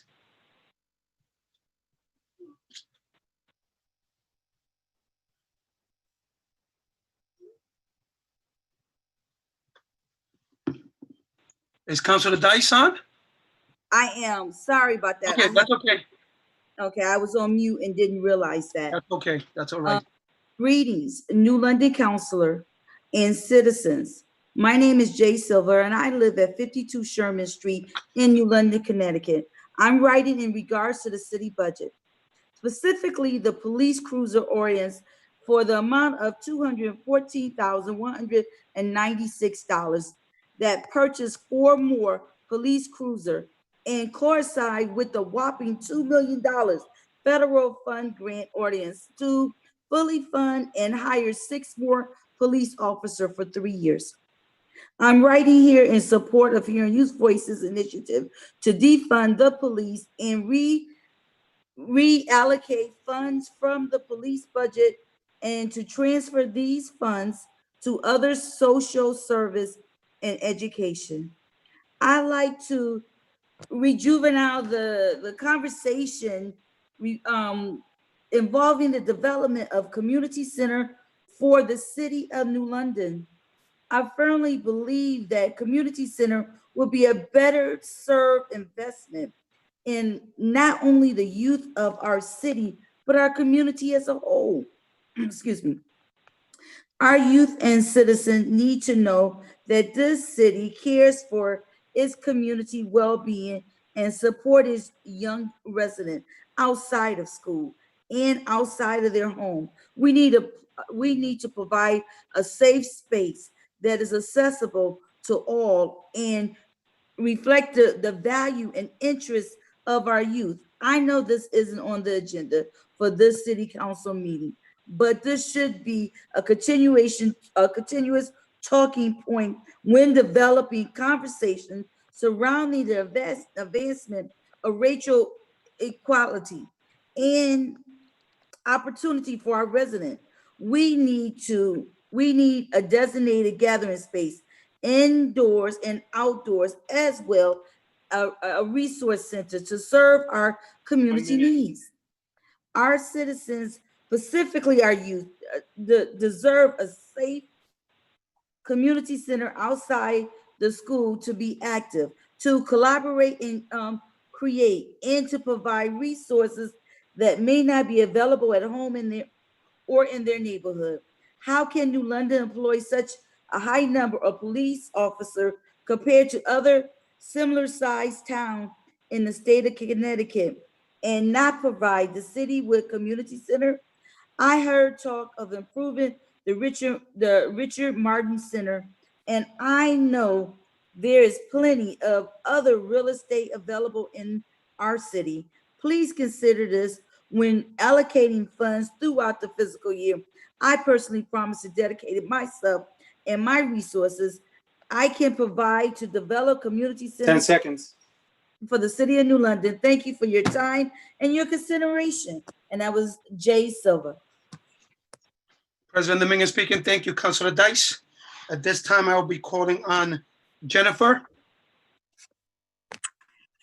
Thank you. My name is Jen Maggio. I live at 36 Gardner Avenue. Thank you for the opportunity to speak tonight. I would like to express my support for the proposed resolution asserting that racism is a public health crisis and calling for action and accountability for our community to work towards equity. I speak tonight as an individual resident of the city of New London. While I have not lived here long, New London is my forever home and my children's hometown. As individuals, my husband, children, and I are committed to working with both our elected officials and our neighbors to progress as a justice and equity-oriented community. We support and ask for you to take intentional action to understand how our community works better for some people than others, and addressing that injustice through policy and budget. I also speak tonight as the Deputy Director of the city's health department, Ledgelight Health District, and I want to share some thoughts from the perspective of your health department. If we want to improve public health, we have a responsibility to name and address the things that lead to poor health outcomes. So much of our recent attention has been focused on COVID-19, and the data regarding COVID are no different from so many other health outcomes. Black, Latinx, and Indigenous people are more likely to experience serious health outcomes and premature death. We must recognize these for what they are, the unjust and preventable results of systems of oppression. To be clear, the contributing factor is not race, but racism, both at the individual and systems level.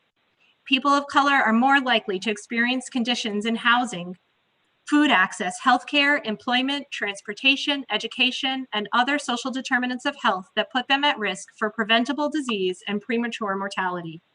The biological impacts of living with chronic stress resulting from racism exacerbate that risk.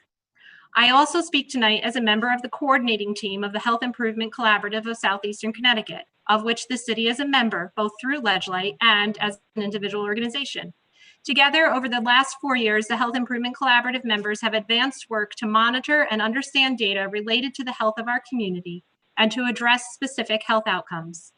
The Health Improvement Collaborative's 2019 Community Health Improvement Plan calls for our member organizations and communities to address racism as a public health issue.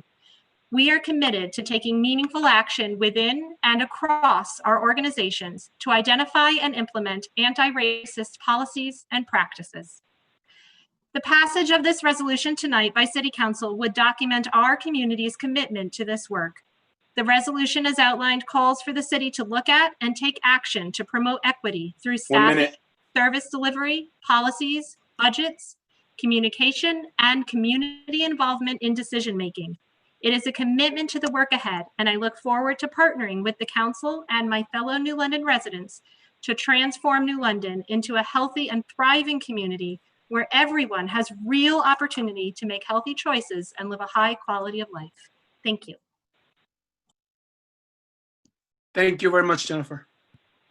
Okay, at this time, we are going to be calling on Chris Wright. Hi, everyone. Can you hear me? Good evening. Chris Wright, 137 Ocean Avenue. On May 30th, Black youth took to the streets of New London to demand change as a part of the National Black Lives Matter uprising. June 6th, Black youth and community members alongside Hearing Youth Voices held a rally, made their demands clear, and in a petition that over 8,000 people have signed, they took those demands to the street.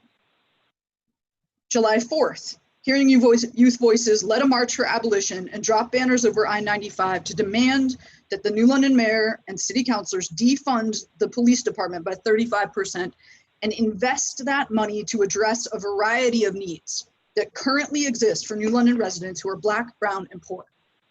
It is now July 20th, and the mayor and city council have failed to take action.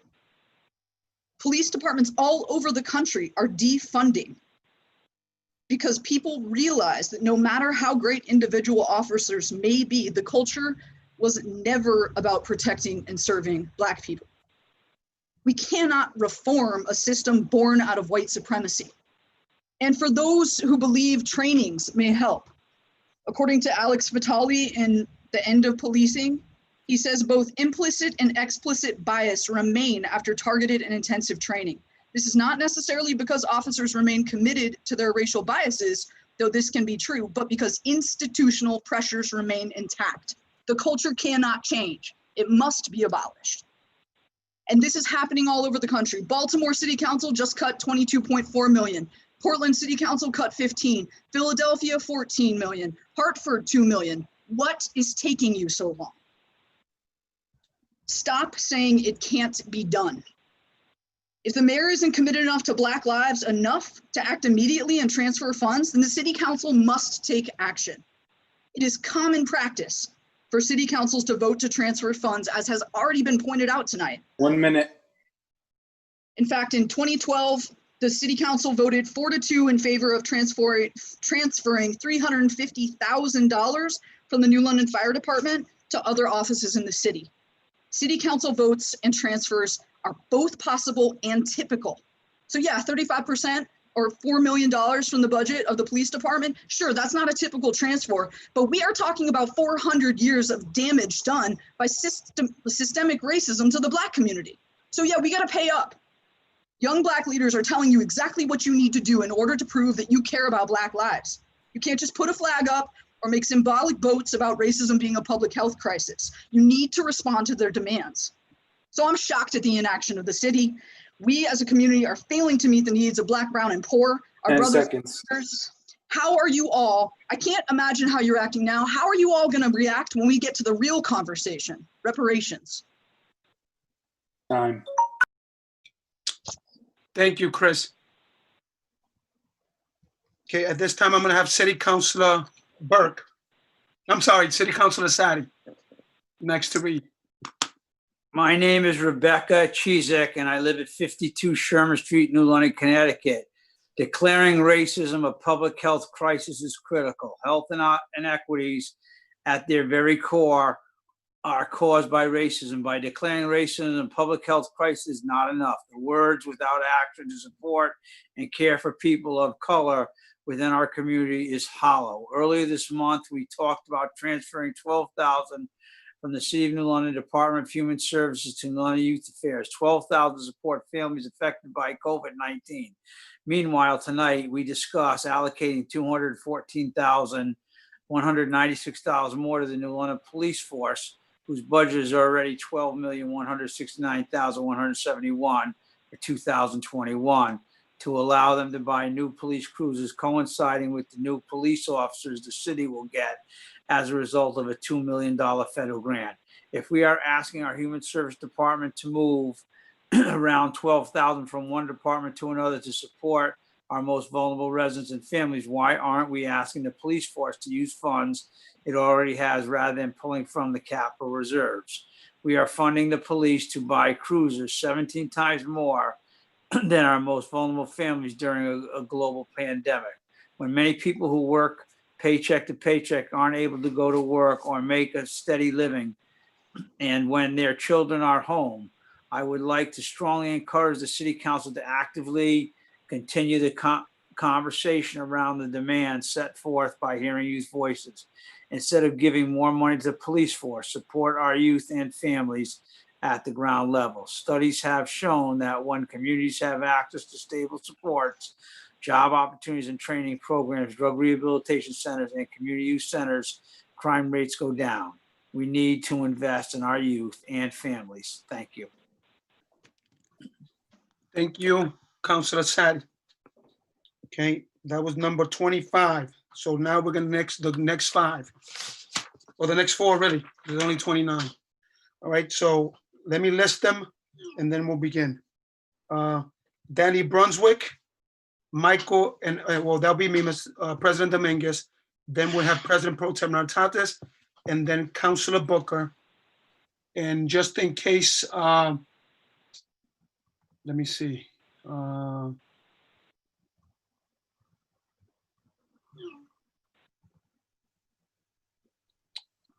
right, that's it. All right.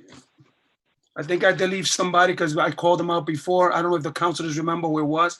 I just didn't mark it down, so. But I do have it marked down. This is Go ahead. Councilor Burke. I do have it marked down. Thank you. Who is it? Who is it? That was Camel Charity Taylor. So if that person is in, they'll be right after Councilor Booker. All right. Okay, with that said, let's begin. Remember, please make sure you state your name and address for the record. At this time, we will have Danny Brunswick. Hi, everyone. Can you hear me? Mhm. My name is Danny Brunswick, and I would first like to acknowledge that I'm currently on land brutally stolen from the Kalapuya people. I have just moved from Connecticut to Oregon. President Dominguez, do you still want my address? Yeah, for the record. Okay, it's at 3303 Southwest Long Avenue. Thank you. You're welcome. I would like to thank Hearing Youth Voices for calling me to action to make a statement today. Thank you, Hearing Youth Voices, for your leadership and organizing work. Thank you for doing the work, often unpaid and during your free time, to help New London analyze the systems that were created and designed to oppress and marginalize Black and Brown people, starting with the police system. Thank you for helping us reimagine and redesign these systems so that they may provide liberty and justice for everyone.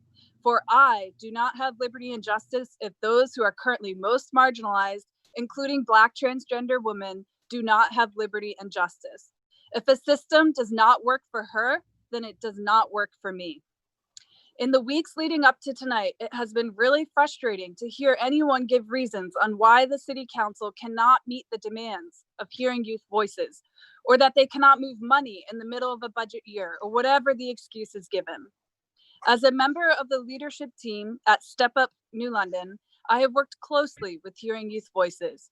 I can testify that they approach the work of undoing systemic racism in the New London community with the utmost seriousness.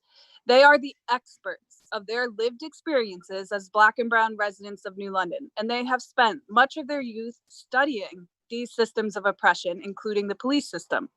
For many years, Hearing Youth Voices invented and implemented new solutions that work for them, and they have published this information for all of us to read and learn about, such as their Schools That Work for Us framework. Most recently, during this defining time in history, they have given the city a list of demands to help New London become a community that is anti-racist, including moving 35% of the police budget to services that support New London residents who are Black, Brown, and poor. These demands are not random, but are rather the result of many years of work.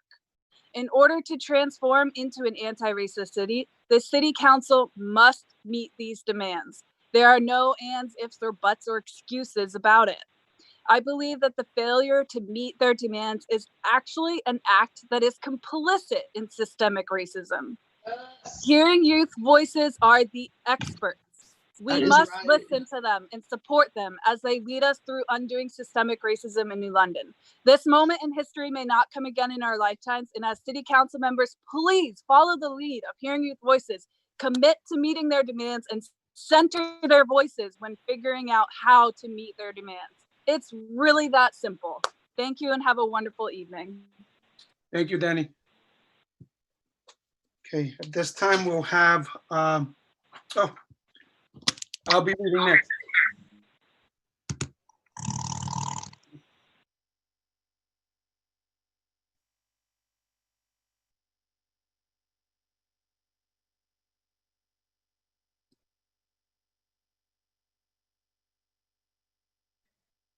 Counselor Dominguez, you are on mute.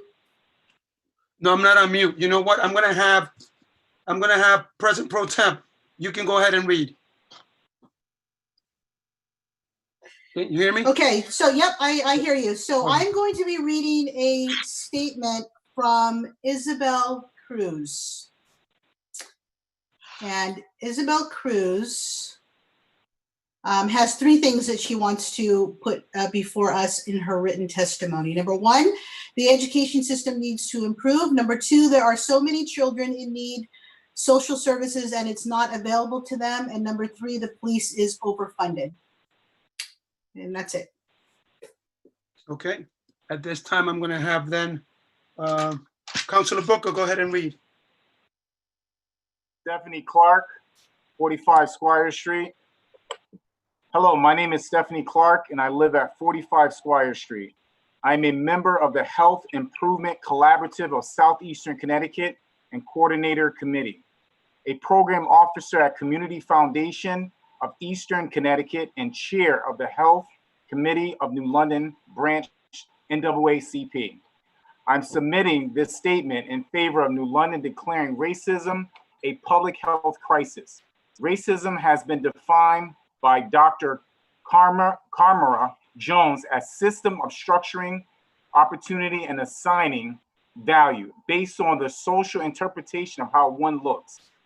It unfairly advantages and disadvantages individuals and communities. If we are to meaningfully mitigate health inequities, we cannot ignore the role racism plays in their creation. Social determinants of health are the conditions in which people are born, grow, live, age, learn, work, play, and or pray. They are shaped by the distribution of money, power, and resources at global, national, and local levels, and are mostly responsible for health inequities, the unfair and unavoidable differences in health status. Racism is woven throughout all these systems, and action to dismantle systemic racism and all these systems is how we move towards health equity. Let us look at just one of these systems through an equity systemic racism lens. The Housing Act of 1949 structured lending practices, shaped economic wealth building opportunity, and fashioned economically depressed neighborhoods. Federal housing policies, under the broken promise of urban renewal, displaced thousands of African American, Latinx Americans, while simultaneously excluding them from home ownership opportunities. Less than 2% of the roughly $120 billion set aside for housing loans earmarked for veterans returning from World War II went to people of color. We know, thanks to oral history from lifelong New Londoners and project by the Connecticut Fair Housing Center, that this played out right here in our fair city. And we see it today in both how we segregated our neighbors are in, and in the difference in rates of home ownership and wealth between white and Black residents. The data related to homeownership is included in the Health Improvement Collaboratives of 2019 Community Health Needs Assessment, which is chock full of details based on phone surveys, focus groups, 10 seconds, and statewide hospital data. Data from the Department of Public Health and other sources. Of interest is a section related to the experience of discrimination and interaction with healthcare systems. Thank you, sir. We have those, so eventually we'll get to read all of them. All right, those that didn't get done. Okay, so I'm going to read the last one that I have as public comment that was submitted, and then if Kamel Charity Taylor is on after I'm finished, then we'll proceed with her, and she'll be the final person. Okay, so I live at 22 Anthony Road, and I would like to comment about ordinance 07-20-20-01 and ordinance 07-20-20-02. This ordinance would supply the New London Police Department with nearly $2.5 million while the school budget was cut. This money should be reallocated to invest in New London school and community programs that will do as much, if not more, for the residents of New London than hiring additional officers would. We are at a very critical time in history, and we need to show the youth in this community that we are behind them. If we want New London to be a city that offers, that others, can look at as an example of a strong, unified community, then the way to do that is to invest in young people and programs that will develop their skills and interests. Saying we are behind them is simply not enough at this point. Actions speak louder than words, and we need to show the teachers and students of this city that we support them. Thank you for your time. Best wishes, Michael and Erica Jalella. Okay. At this time, is Kamel Charity Taylor on?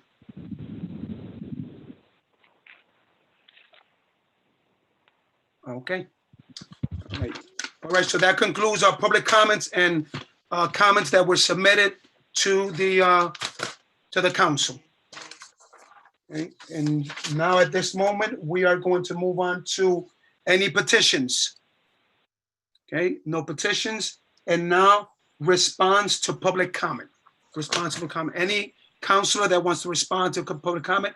I see Councilor Burke. Go ahead, sir.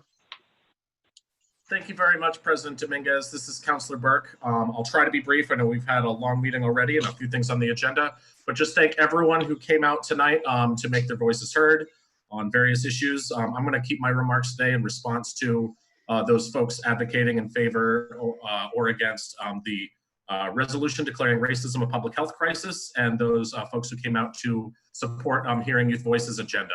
Just one thing I just wanted to get on the record. We talked about was spoken about in public comment, the timeline of the different protests in town, the activists and their petitions and demands. On June, let's see, 12th, I think, or so, different counselors submitted a list of questions to various department heads for us to try to do some fact finding on what legal movement the council has, if any.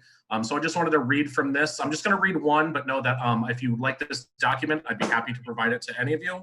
I asked, with the fiscal 2021 budget now adopted, is there any legal way to reallocate dollars from the New London Police budget to the Board of Education budget? To which Attorney Lonergan answered, there is not a way to directly reallocate funds between the adopted general government budget and the school budget. If the council wanted to provide more funding in fiscal 21 to the schools, it would require a separate appropriation of funds from the city's fund balance. Typically, that would not be done in a vacuum and would be a response to a specific request for funding for a particular item. So I just wanted to show that as one example of how, personally, I stand in solidarity, but I also understand that you don't need just solidarity, you're asking for action, and that I've been trying to do fact finding to see what moves that we can make.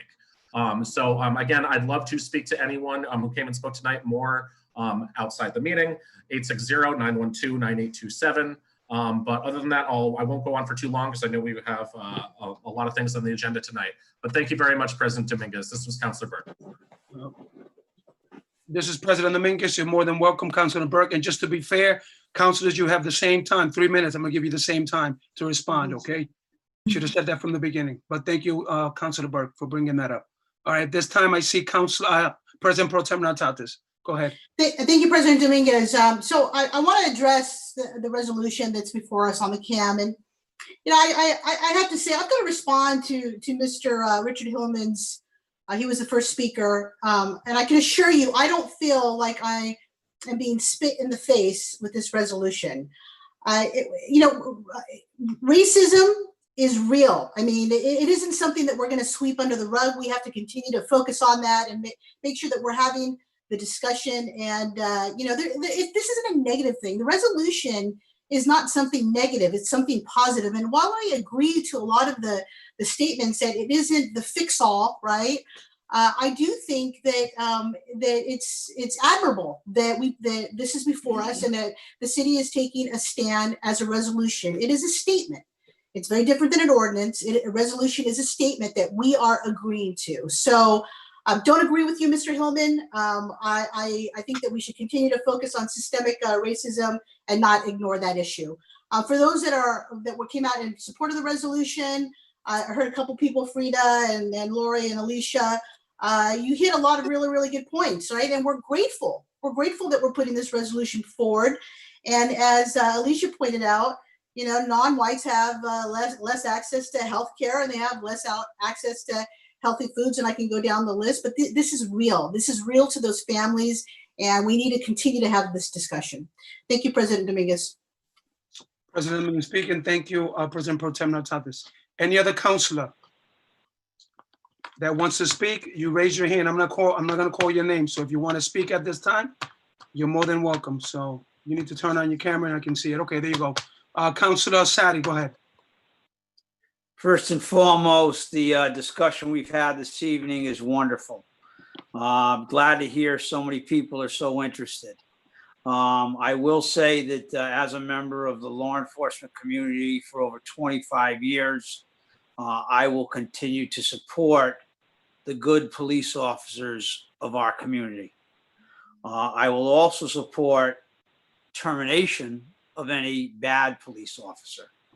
And having said that, I believe that most of, if not all of our police officers, regarding cruisers, it's a safety issue, and I'll discuss that more once we get into the CAMs. But again, first and foremost, thank you very much to all those people that came out and spoke this evening. That's all I have to say. All right, President Dominguez speaking. Thank you, Councilor Sadi. Is there any other councilor that wishes to respond to public comment at this time? This is Councilor Dice speaking. And first of all, I appreciate all the people who came out to share their stance on the various issues that we're going to be discussing tonight. But what I was really impressed when I was listening is the thought that came from the people who were speaking. I appreciate, being a Black woman myself, I appreciate the fact that we realize racism is live and in action, and is something that that we need to stand up against. And when I see different nationalities speaking up in support of making sure that everyone is treated as human being, where no matter what their race is, I just appreciate them advocating, because it's gonna take a community to make changes. I just want to put that out there. I know I only have 3 minutes, and I think the reason why this is really difficult for me right now, because when I look at the people, a lot of the organizations that speak in, or the youth that speak in, I had the opportunity to work with them some way, shape, or form. So it's like, yes, speak up, but also as we speak up, we need to look at and make sure that we have our facts in order and what would need to be done. So I guess I want to make sure that it is stressed that that you got to look at, make sure that you're reading the charter accordingly, properly, and making sure we have everything lined up. Because no matter what, we are responsible in making sure that we follow the charter. So I'm just putting it out there. This is Councilor Dice speaking, and thank you. President Dominguez speaking. Thank you, Councilor Dice. Any other councilor that wishes to respond to public comment at this time? Okay, seeing none, I'm going to close the public comment. Councilor Booker, did you want to respond? I want to thank you all for attending the city council meeting this evening, and for everyone who gave public comment. I really appreciate you all for being in attendance this evening. I am in agreement with many of you this evening. I believe strongly that in making this resolution tonight, it requires action. And I want you to know that I hear you loud and clear. And I plan on voting in favor of this resolution this evening. And many of you I have taught and talked to you in your classrooms and at your homes on racism and oppression, and have shared personal stories of how I dealt with racism as a Black man in this city and throughout the state on a daily basis. I'm here for you, and I'm fighting for these same causes as a city councilor. And as you have all shared this evening, there are many needs in our community that are not currently being met. And I hear your demands, and I know the council hear your demands as well. And I would like to also welcome everyone at this meeting tonight, and all the residents in our city to reach out and speak with me anytime, and we can talk in the park, wherever. Okay, so I'm here for you. So I just want to thank you, all of the young people as well, just for being here and also just working through this process and making sure you're learning the process as well. So thank you so much for everything that you're doing. Okay, thank you, Councilor Booker. All right, at this time, seeing nobody else. Okay, I will just say, I want to thank everyone for coming out, for addressing the city council on these issues that are very important to all of us. I do want to say that I am in support of the resolution. I think that, it is evident that there is racism in New London, whether people say it or not. It is a reality. It is the truth. And the other thing I wanted to say is that a lot of people might not agree or maybe kind of disregard this resolution, but it's important for us to support it for this reason, because it's going to hold the city and every elected official to accountability. And I think that's one of the things that's missing, is accountability. So having this as a resolution, this is sort of like for me, it's like if you could call it, this is the standard. This is what we want. If we go any less than that, then we're not doing the job that we're supposed to be doing. So with that said, I want to thank everyone again for coming out tonight and sharing their comments that are greatly appreciated. With that said, I am going to close public comment, response to public comment, and move on to the next item, which is reports and communication, Director of Law. Does any councilors have any questions for Attorney Londrigan? Any question thank you. Councilor Burke, go ahead. Thank you very much, President Dominguez. This is Councilor Burke. Attorney Londrigan, just one real quick, nothing to do with your report submitted, but in public comment, we got someone talked about section 56, which is in charter question in Article 8. And I just wanted to clarify, section 56 begins upon request of the mayor, the council may transfer, and then continues on. Is it, if you know this off the top of your head, in terms of transfers between line items on the city side of the budget, is there any way for the city council to originate those transfers, or do they always have to be originated from the mayor's office? Yeah, the short answer is no. The administration under our form of government and what our charter provides sort of has a situation where once the council sets what the budget is, funds the checkbooks to the Board of Education and to the administration for the general government, those checkbooks are then turned over to the administration. With issues as far as funding within particular line items that may come up during the year, under our charter and form of government, those requests do originate with the administration.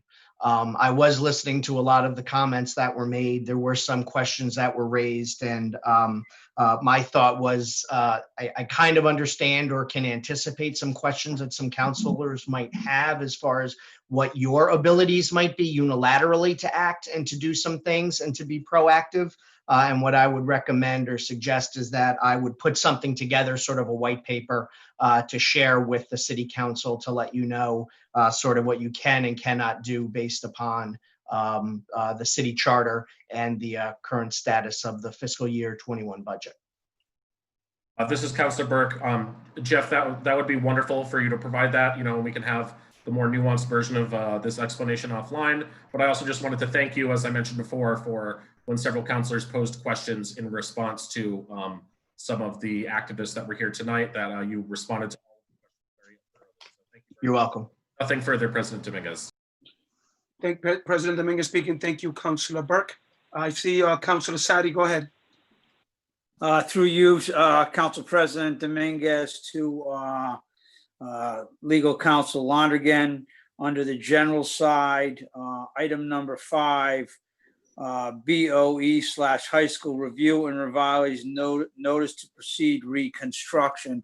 Could you explain what that's all about?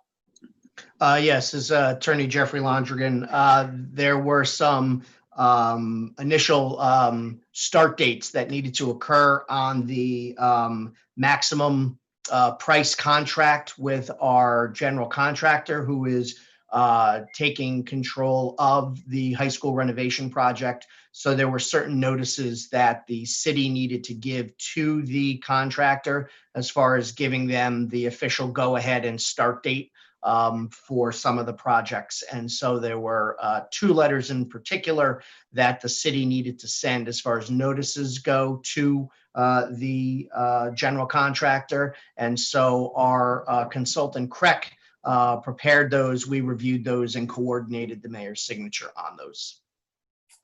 Thank you. Regarding litigation, second page, number 3, Mitchell Woods, college hiring surveyor to survey easement area, emails with public utilities. Could you talk a little bit about that? Yeah, Attorney Jeffrey Londrigan. That is not necessarily a litigation matter, but this stems to, some councilors might remember in the fall, there were conversations being had between the administration and some residents on Gardner Circle who were experiencing some flooding and stormwater activity in their backyards. And so what Public Utilities has been doing over the course of the last 8 months or so is looking at and reviewing the stormwater system, topography, Mitchell Pond, and those types of matters. And where we've come to at this point in time is that the college is agreeable to give the city an easement for the construction of some drainage improvements, basically some earthen berms and swales, not necessarily really hard equipment at this point in time, we don't think is necessary. But in order to have a proper legal description of the easement area to know where these improvements are going to be made, Mitchell College has agreed to hire a surveyor and undertake the cost of that. So they're just working on putting that survey together so that we can prepare the easement that the college is going to be giving to the city for us to be able to hopefully address some of those stormwater flooding issues that are being realized on Gardner Circle. And finally, under the area of labor, number 1, police contract, phone calls, re-signing of 1-year agreement. Could you update us on whether or not the extension of the police contract has in fact been signed? I don't know if it has been signed. Personally, I haven't seen an execute. Usually after it's circulated, an executed copy does come back to our office to hold on to for our file. I haven't seen one yet, but that doesn't mean that it hasn't been signed. I don't know if the mayor might be able to comment on that or no. I know the chief is on vacation this week, so we wouldn't be able to know this evening. I don't know if someone from from the police administration is on. But we have no reason to believe that it's not going to be signed. I just don't know if pen has been put to paper. Thank you very much. This is Councilor John Sadi. I have no further questions of Attorney Lonergan. Thank you for the time to ask the questions. Thank you. Please be advised. This is President Oh, Dominguez. sorry. Yes, Captain, I was going to call on you because I know you were on. Go ahead. All right, I'll let you finish. Ask your question, sir. I'll wait. No, it's if you're gonna answer the question regarding the statement about the contract, you can go ahead, sir.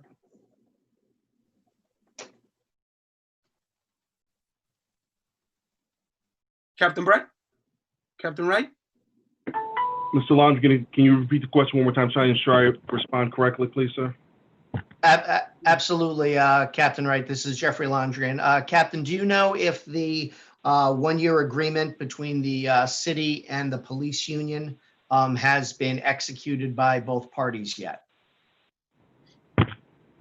Yes, it has. Thank you. Okay. Okay, this is President Dominguez. Thank you, Captain Wright. Thank you, Attorney Londrigan. Anyone else, any other council that has a question for Attorney Londrigan before we close this session here, this time? Okay, seeing none. All right, thank you, Attorney Londrigan. Thank you. All right, we'll proceed. The next is council committee reports. Okay, Councilor Dice. Councilor Dice, on Monday, July 20th, 2020, at 6:30 p.m., the Public Welfare Committee held a meeting. Our speaker was Rain Doty, which gave the 5-year Community Development Block Grant presentation. At that committee meeting, all the committee members was there, which is James Burt and Curtis Goodwin. Also during that meeting, we had other councilmen there, but we had such a large group, and unfortunately, I don't know if I got everyone, but I do know President Pro Temp and Councilor Sadi was present. If there was any other councilor I missed, it's because we had such a large group, I could not see the full entire screen. We also had the Community Development Coordinator, Tom Barbriel, and the Citizen Advisory Committee members was also invited. The purpose of us meeting is to see where our community would like to see their community development block grant funds to be spent. It's really important to understand that these funds is to help the residents here in New London. And when we're looking to fund organizations, we need to fund organizations that's supporting New London residents and their children and their families. So I appreciated the fact that Ms. Doherty took time with the survey explaining what the needs from the surveys that she took. But one of the things that I thought was impressive, it was a total of 29 agencies that she met personally, and she had to do 2 over the phone. So she was making a connection to find out the needs of our community, and that's very important. And I just like to say, this is Councilor Dice, and that was my committee report. Thank you. This is President Dominguez. Thank you, Councilor Dice. Can you guys hear me? Yes? A little. I have to put on my headpiece here. All right. With that said, we're going to move on to Mayor's Office of Communications. Mayor Passero, you're on, sir. Good evening, President Dominguez, City Council. Do you hear me all right? I think I'm going to put on my headset too, if you give me a second. Because there's a lot of background noise with the AC in this building. We can hear you fine. Yeah, we can, if you want. Okay, all right, I'll leave it like that then. Okay, great. Well, good evening, councilors, members of the community. It was an interesting discussion. I appreciated listening in, and I do admire the enthusiasm of hearing youth voices and their supporters. Just a few announcements. The next meeting of our New London Human Services Network. This is a collaborative between the Liberty Bank Foundation and our Human Services Director, Jeannie Milstein. It coordinates all of the social service agencies that we work with within the city to deliver the services that our community needs, and to make sure that we are meeting those needs. These meetings have been stepped up and are on a much more frequent cycle since the pandemic hit. And I'd strongly encourage everybody who's interested to attend. So it's Tuesday, July 28th at 8 a.m. And there's a Zoom link that you'll need to get into the meeting. It's generally well attended with well over 60 of these agencies. I'm proud to announce that the city is hiring firefighters, police, and the one IT position that we need that you'll recall you funded in the budget so that we can handle the body cameras and the other IT needs of our police department.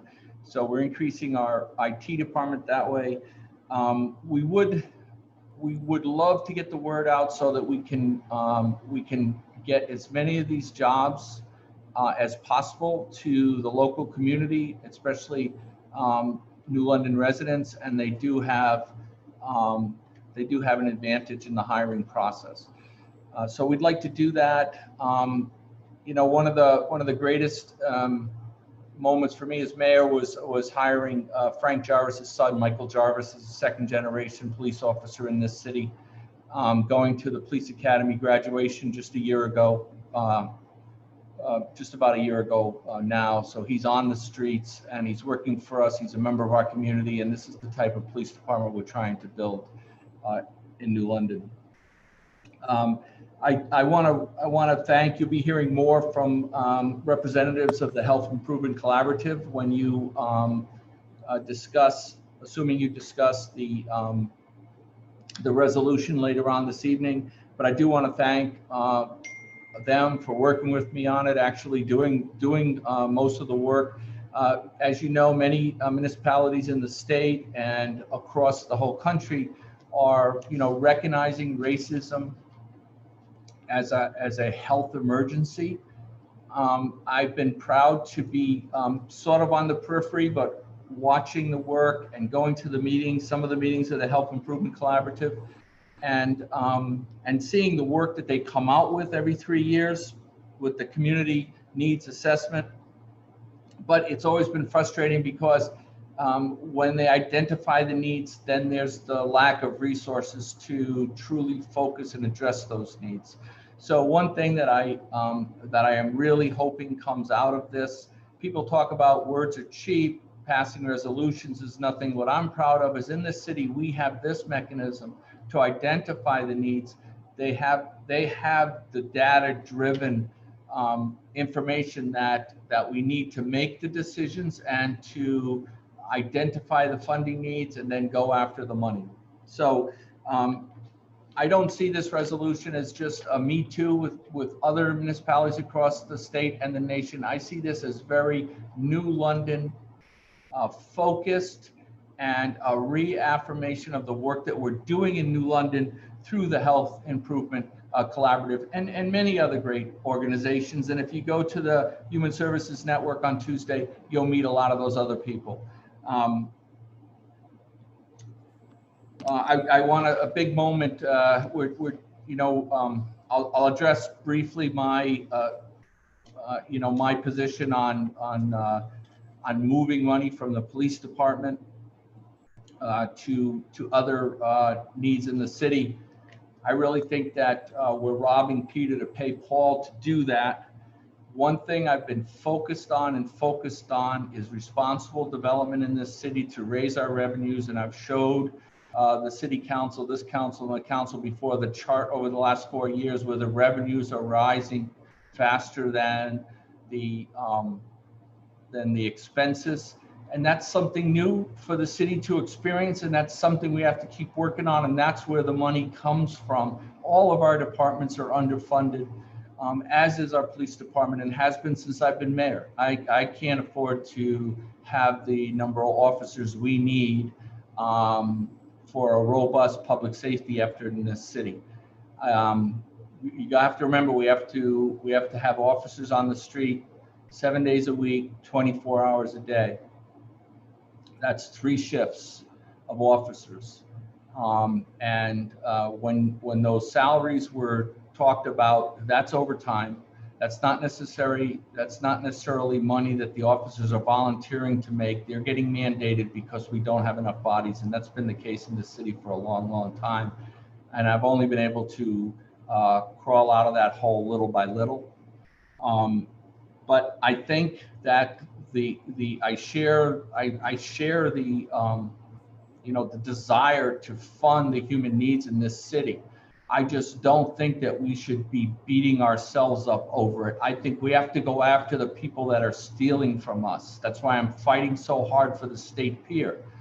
The state of Connecticut has no right to occupy an asset in the city of New London, to give contracts to 2 huge international corporations, Eversource and Ørsted. This is where we should focus our anger, because those companies are stealing money from the city of New London, from our poor tax base, and they're enriching their corporate coffers. The money's going to the state of Denmark, and New London gets pennies. So that's where our money should come from, and that's what I'm fighting for, and I would love to have some of this energy focus with me on that fight. We just read in the paper that the Connecticut Port Authority, whoop-de-doo, wants to spend $700,000. That's the money you want to move from our police department. But the Connecticut Port Authority, which pays the city of New London virtually nothing, is going to spend $700,000 in the city of Groton, a much more affluent community than New London. But they won't give us our share, which is the property tax value. We're also lowering property taxes. And I think that's an unfair burden for a poor community, to have to pay onerous property taxes. The bottom line is, I think a holistic community needs a good education system, a good human services system, a good public safety system. So I applaud the focus on, looking at the culture of how we police, making sure that we're policing the way we want to be policed here in New London. I'm engaged in that process, and I'm thankful for the attention that the movement is bringing upon that process. But I don't want to sacrifice the progress we've made here of building a safe community. We can make our community an anti-racist community and still keep it safe. The other thing I want to point out is that our police department budget is not just police. It's not just policing. It's also dispatching.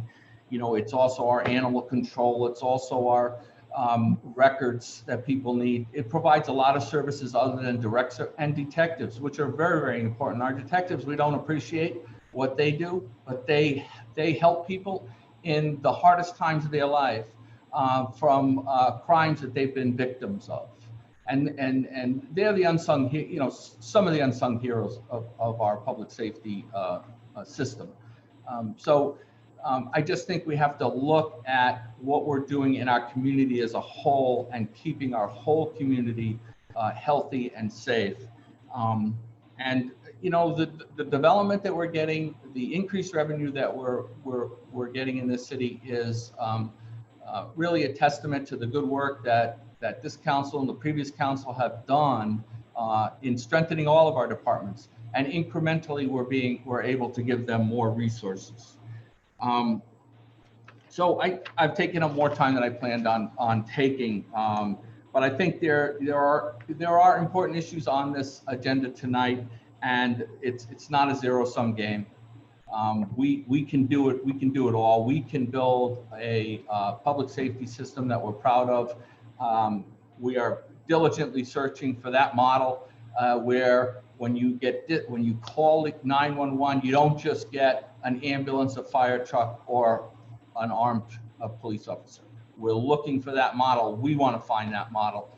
I want to remind you of one other thing. Before I took office, the city of New London, the city government had no presence in the human services whatsoever, nothing. And it was a fight just to get that position established, which I think was important to starting to build a just system in this city. And I just want to applaud the work of Jeannie Milstein and her partners.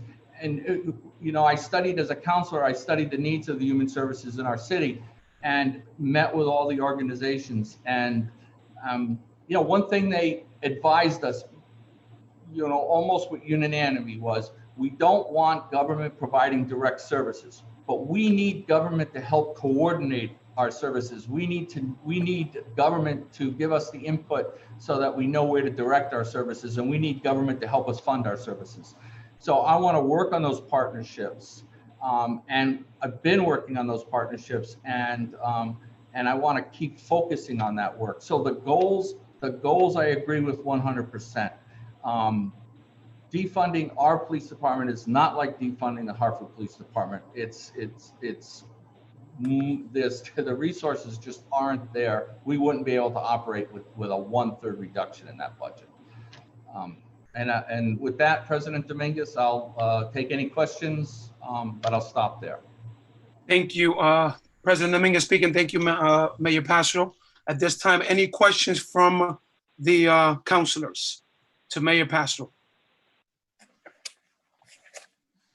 Okay. All right. Seeing none. Oh, okay. Councilor Sadi.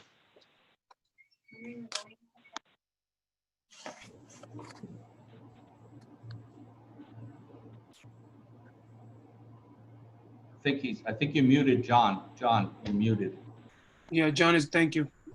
Sorry about that. I would just like to take this opportunity to thank the mayor for his leadership in these matters. We have some tough decisions to make today. And I agree with you in that we need to support our police department to make sure that our officers are safe. Thank you. This is Councilor Sadi. President Dominguez, thank you, Councilor Sadi. Any other councilor? Okay, seeing none. All right, we are going to move on to what. Thank you. First of all, thank you, Mayor Pastro, for your words tonight. Right. With that said, we're going to move on to consent agenda. Okay, consent agenda. Yes, this is President Pro Tem Hurtado. Is that the consent agenda proposal set forth at the regular meeting July 20th, 2020 are either 1, accepted for the record, 2, referred to committee named, 3, waived from committee to be acted upon as proposed, or 4, consented to as proposed. Okay, I need a second. Councilor Geis, second. Thank you. All right, here we go. So make sure, councilors, again, President Dominguez speaking, state your name if you're going to pull that item. No, I'm sorry, hold on. Yes. Yes. So make sure you state your name so I can write it down and call on you, all right? So 7.0, unfinished business, 7.1A, 7.1B, C, D, E, F, G, and H. Okay, 7.2, 7.3. Oh. Thank you, Councilor Goodwin.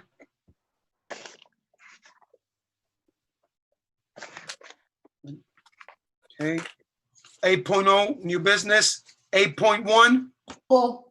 Thank you, President Pro Tem Natsates. 8.2, A, B, 8.3. Paul. Councilor Sadi. Councilor Sadi, yep. All right, Councilor Sadi. And then the one that we added was 8.4. 8.4. Okay. All right. President Pro Tem. All items having the unanimous support of the City Council are hereby adopted with a single roll call vote. The motions are seconded. The chair calls the roll and the chair declares the motions to be unanimously voted and adopted. Okay. Can I get a second? Second. Thank you. City Clerk Ayala.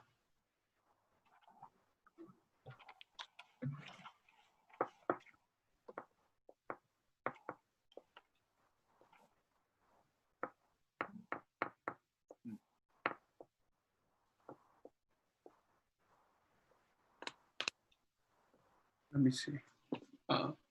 City Clerk Ayala. Is he having trouble with his, Yes. You got it? Okay, sir. Roll call, please. Yep. Counselor Dice, Yes. Counselor Goodwin, Yes.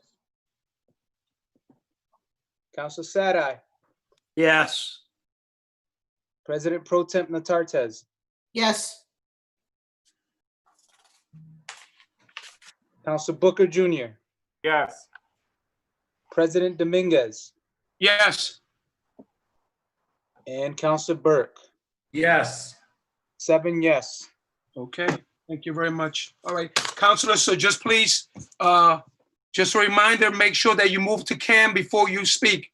All right, and again, you don't have to read the whole, you don't have to read the cam. You could just say 8.1 or whatever, 8.3, okay? And we can start, but make sure you move to cam first. All right, with that said, Counselor Goodwin, you're first. Move to cam. Can I have a second, please? Counselor Sadi will second that. Yeah, Counselor Dice beat you to it, Counselor Sadi, so I'll take Counselor No Dice. problem. Go ahead. All right, 7.3, the Quinn and Harry contract. I pulled it so counselors could have a chance to engage in dialogue with representation from Quinn and Harry. Do we have anyone from there on? If you could just state that you're on. Curtis, hi, this is Dave Quinn. Dave, thank you for joining us today. I'm sure there will be plenty of conversation and dialogue with regards to the new contract. If it's okay, President, I'll go directly into feedback since I've had the most knowledge and conversation with them, and I'll circle back to myself at the end. All right, so if you want to lead the way, and if anyone has questions, I'll turn it back over to the President to call on you. Sounds good. President Dominguez speaking.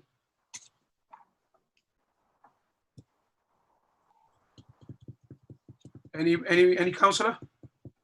Counselor Sadi. Yeah. Counselor Sadi, go ahead, sir. It's Counselor Sadi through you to Dave Quinn. Dave, my understanding is that this contract is a 12-month contract and that it is paid quarterly. Is that correct? Yes, sir. And the contract is for the quarterly payment is $9,375 per quarter. So just about $40,000. Yeah, 37.5, I believe, is the total. Right. And what was the amount of the contract last year? 35,000. And that's been consistent. That's been the contract for the last 6 years prior. And I'm fully aware of what Quinn and Harry does for the city, so I don't have any questions at this point in time. I'll yield my time to other counselors. Thank you. President Dominguez speaking. Thank you, Counselor Sadi. President Pro Tem Natartez. Yes, thank you, President Dominguez, and thank you, Mr. Quinn, for being on the call.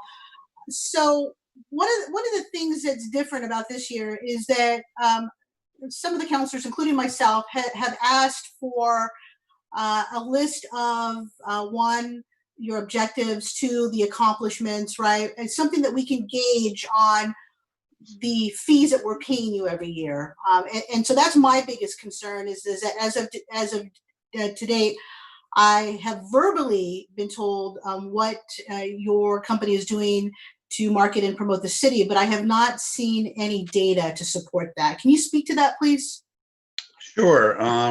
First of all, we shared a 35-page document, which was sort of highlights of the year, everything we've done from public relations, web development, branding, creative services, social media, newsletter, that kind of. Yep. I want to just interject one thing. I'm very familiar with that, and those are the approaches. But what are we getting for it? Like, what has changed? What can we measure? Yeah.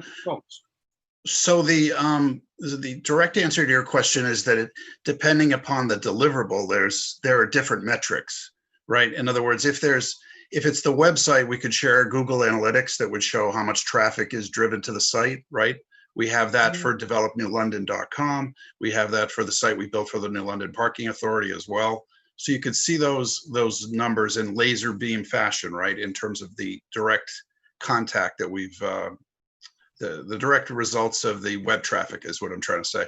For social media, there's analytics as well. Obviously, anything digital is easily tracked, and you can provide probably more accountability than you'd know what to do with, right? On the other hand, the other efforts are not as easily tracked. It's more in the form of traditional media. You know, we can tell you how many people we reach with a newsletter.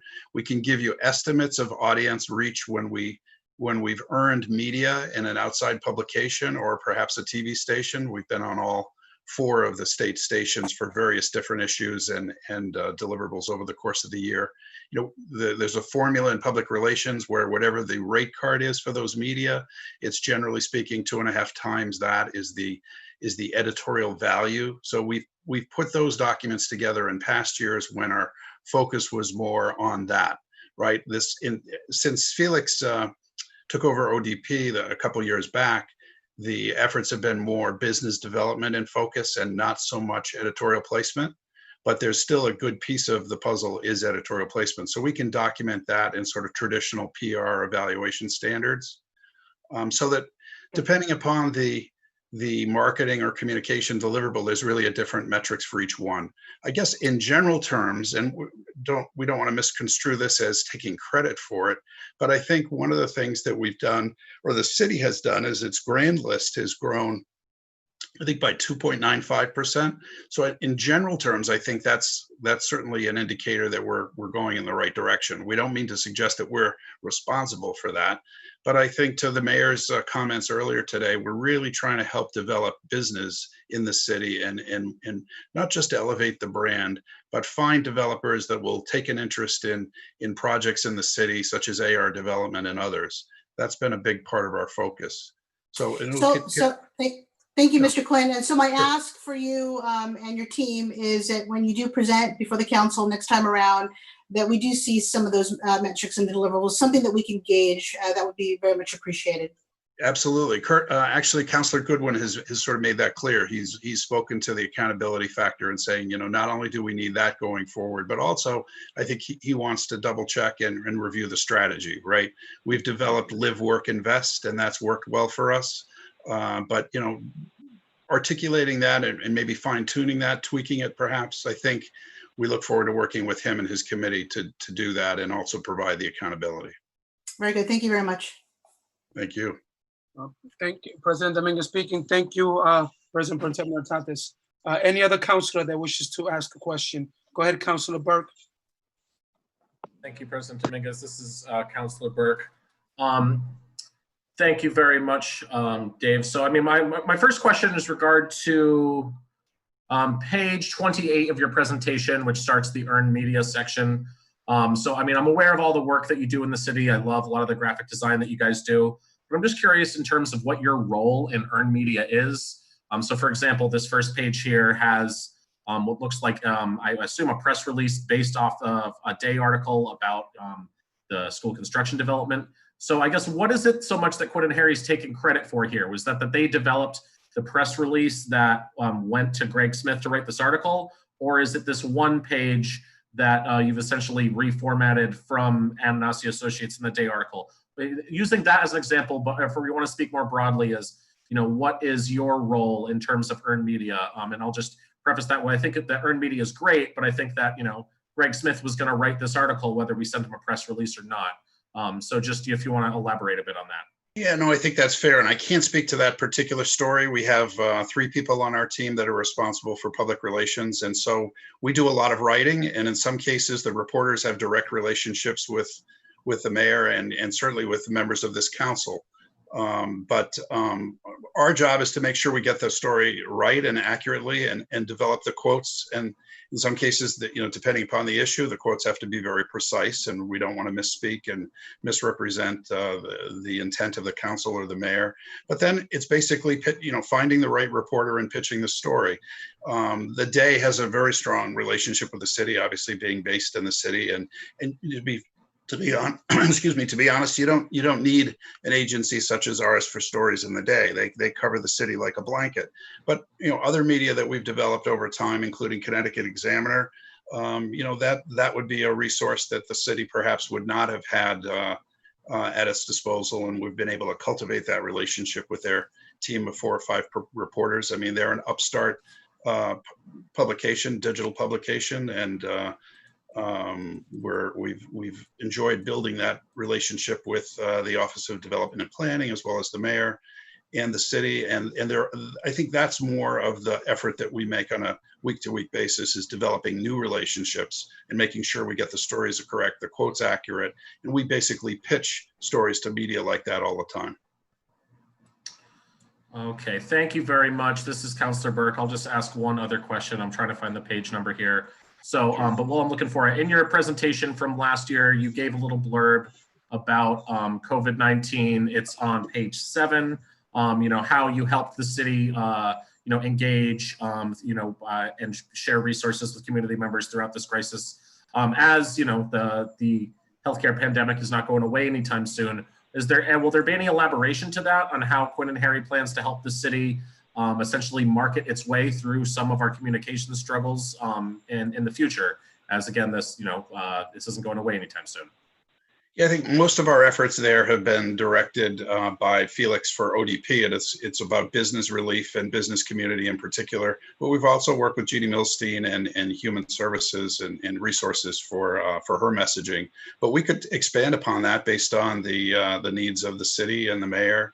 Whatever, you know, we kind of go with the flow. You know, obviously, some of the efforts that we would have placed towards development this past spring have been redirected to help communicate the resources and information that people need, not just businesses, but people need in New London. So that's been a big part of our focus. And I think we'll continue to sort of morph as the need arises, you know, where whatever, we don't have a preset idea of what the city needs in terms of those specifics. We'll take our direction from the mayor and Felix and Jeannie and others. But happy to expand on that if you think the need arises. If that's what the council feels, I think we would be happy to look at other ways we could address the COVID pandemic. This is Councilor Burke. Dave, thanks so much for your answer. And I'm glad to hear that, you know, the service you provide to us can be malleable. Obviously, we had a lot of uncertainties happen this year, and who knows what sort of uncertainties we'll see in the next year. But I have no other questions for the moment. Thank you very much, President Dominguez. President Dominguez speaking. Thank you, Councilor Burke, for those questions. I see Councilor Dice. Go ahead. You have the floor. This is Councilor Dice, and I just want to, I'm not sure, but the walking tour, is that connected to something that you developed on your website? The mural, the walking tour of the murals that's downtown. You talking about the Live, Work, Invest murals, or are you talking about that was in a specific initiative of Felix and ODP, but I don't believe we have engaged with anything with regard to the walking tour of the murals. Okay, and the only reason why I'm asking, because I want to make sure I address that with the right people. And so with this website, is there a link that connect to the city website? Yes, we built 2 sites for the city. One is for the New London Parking Authority, and then the one for ODP is developnewlondon.com. So the content for that I can't speak to off the top of my head, but you know, we work with ODP directly, Felix and Tom and Elizabeth and others. If they direct us to include something like that, we would certainly add the content to the site. Okay, because that and then the other question I have, because so one of the things that I would love to see is really for us to be more connected. And what I mean by that, you got our city website that you guys are not responsible for, correct? Because you do the Live, Work, and Investment website. Yep. And then we have our Board of Ed website. And I'm just saying, as we get new people into the community, and I've been here for a while, I'm struggling when I feel like there's no seems connection. I'm not able, if I want to know about the Board of Ed, even though I know that they're right here in the city of New London, I don't see a link from the city of New London saying, hey, this is the Board of Ed. I know this may not be your something that anyone asked. I'm just sharing what I envision, a seamless community where services that we're providing in the city where we can get from one to another. So I'm sure no one had probably mentioned that to you. I just wanted to share that with you. And the reason why I brought up the walking murals tour is because I was at the Hygienic this weekend, and a couple traveled from New Jersey to see, they usually go to the Connecticut Storytelling event, and they came down to see the tour, and for whatever reason, whatever website linked them to the tour wasn't up and working. And I wasn't for sure because I haven't been able to find it, which site actually linked them to it. But make a long story short, it didn't work. We had to, the Hygienic had a paper one. So I just wanted to share that, just my little envision to see how we can have things just work seamless together and support. So that's all. Yeah, no, Counselor, I think your question is a good one, and I think the city should consider a way to tie together existing assets and resources for marketing, such as your websites, right? I mean, and each one serves a different audience, right? You have a city site that has to do with information that the residents need. You know, it could be everything from trash and recycling to school bus schedules and that kind of thing, right? But that's an inward facing site. The audience are the residents and taxpayers, right? But you also need a site that faces out, that really showcases the brand and all that there is to do here in the city. And that needs to be worked on, right? The image of the city is really important, obviously, in order to attract investment and for people to recognize what a great place this is to live, to work, and to raise a family. On that score, let me take a quick opportunity to just say that the council last year voted for a project with public television, in essence. The actual company is called Behind the Scenes, and they're putting together a 5-minute video piece that'll be filmed starting next month. And New London was selected as a place to live, work, and raise a family. And this is a great opportunity for us to reach millions of viewers throughout the country. This will be aired on every public television station in every state. And when that comes together, that's a terrific way to brand the city and for that outward facing audience, right? That goes hand in hand with the services that you need for the residents and taxpayers. So I look forward to reporting on that in the future and working with the mayor closely on that. And Councilor Goodwin is also aware of that project. All right. Thank you, Mr. Quinn. This is Councilor Dice. Thank you. President Dominguez speaking. Thank you, Councilor Dice. Any other councilor? Before Booker, go ahead. I see you. Go ahead, Councilor Booker. Thank you very much, President Dominguez. For you, President Dominguez, to Mr. Quinn. Mr. Quinn, first of all, I want to say thank you very much for being here. Mr. Quinn, can you clarify what is the purpose of your IG account? And when I mention that, I'm just looking at the stats and the numbers that I have seen on the website as well. The first post was posted on October 16th, 2018. And the most recent post was only on October 28th, 2018. There are only 108 followers and only made 11 posts. They only follow one IG account.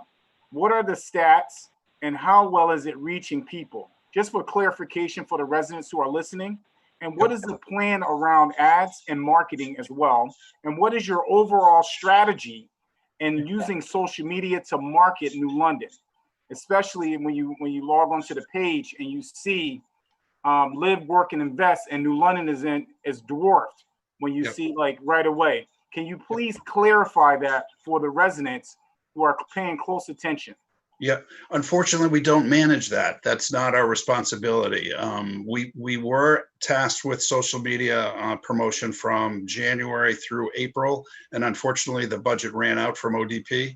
and that particular channel was very focused on business development and only business development. So we don't manage any of the other social platforms. We'd love to do that because to your point, it doesn't serve any purpose. It actually hurts you to have a channel like that doing nothing, right?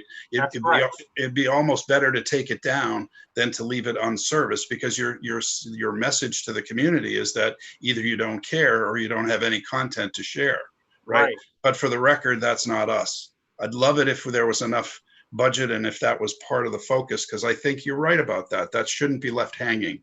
And you know, another counselor pointed out, you know, questions about what there is to do in the community. That needs to be addressed as well, right? If we're fortunate enough to get a visitor from New Jersey, I think was the travelers that were talking about the exhibit at the Hygienic, you know, those pieces need to be linked together and that needs to be addressed. So we're with you in spirit. I'm with you in terms of addressing those issues, but we just don't manage that particular piece.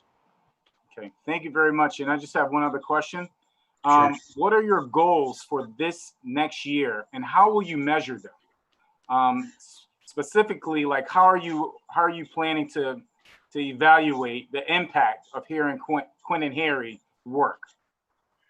Yeah, so I think the goals, and you know, I think the plan right now is for our agency to meet with Councilor Goodwin and review strategy overall and make sure the accountability metrics are in place, right? But right now it would be to continue to promote the city and try to attract business to the city and developers and to grow our brand and have it be, you know, a tangible result in terms of grand list improvement and new businesses that will flock to the city, right? That's a very broad goal, but that's our challenge right now. That's what we've been asked to do as best we can.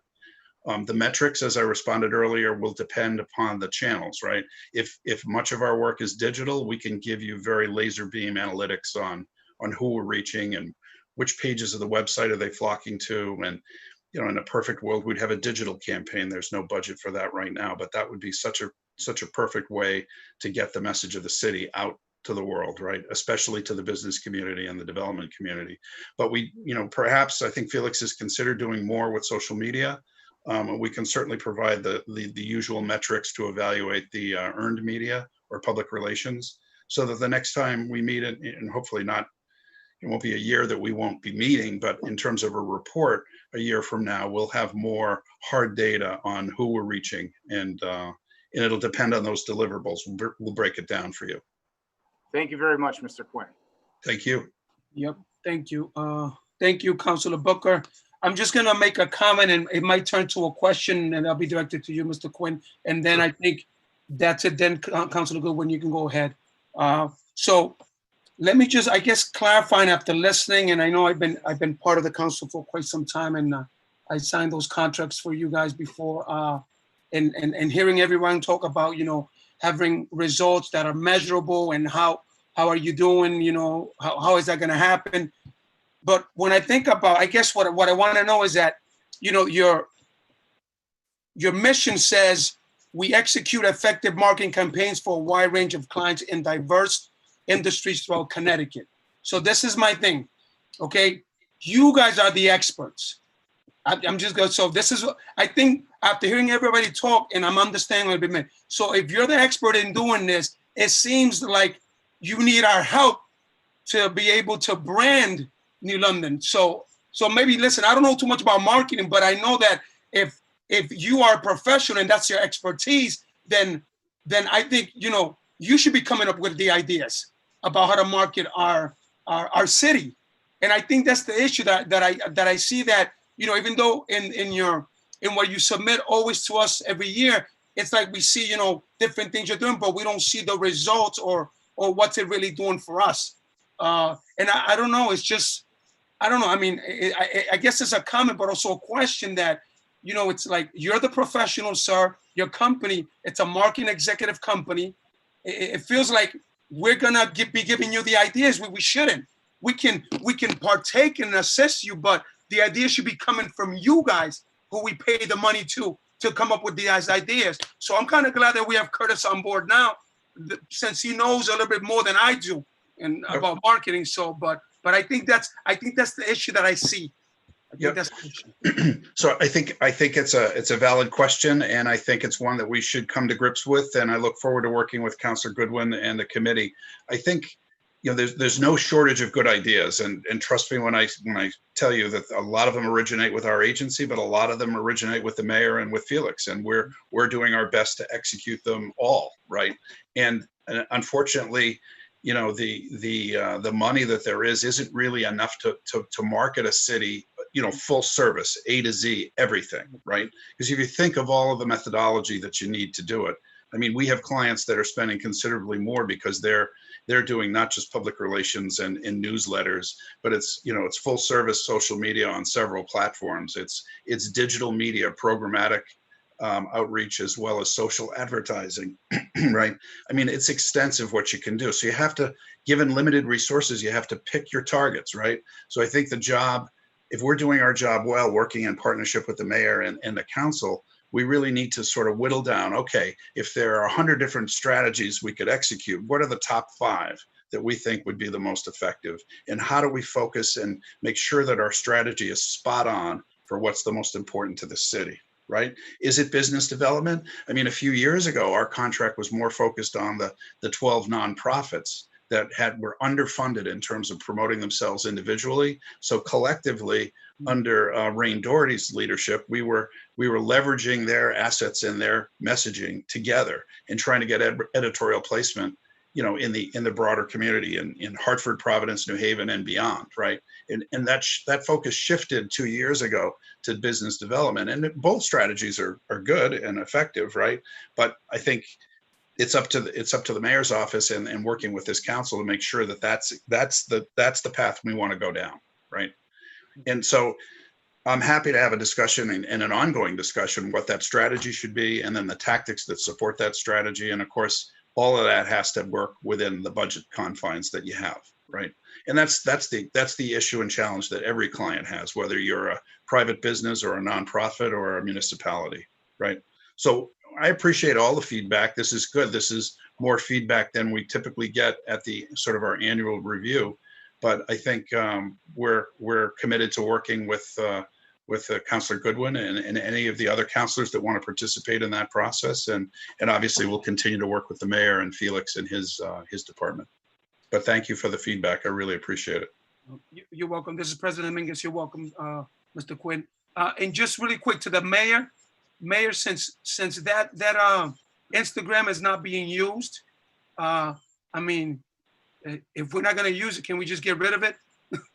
I mean, that's just something, a comment. You don't have to tell me the answer now, but eventually let's see if we come up with something, because if not, it's true. If it's not being posted or anything, then it's not going to attract anybody. So, but I mean, this is not an attack or anything. It's just something that I'm thinking about. So you don't have to answer that. Else, so we can automatically. We can. All right. So with that said, I'm going to ask Councilor Curtis Goodwin. You have the last say there. Got it. I'll keep it brief because I know we're running out of time and we have a lot more to discuss. So Mr. Quinn, thank you for today for joining us. Thank all the councilors for, giving him insight and feedback, because I think that's important that Mr. Quinn realizes that we're a different council and we're a lot more involved in the process. So as well as I note that, we're a smaller municipality where our resources are a lot more thin and fragile rather.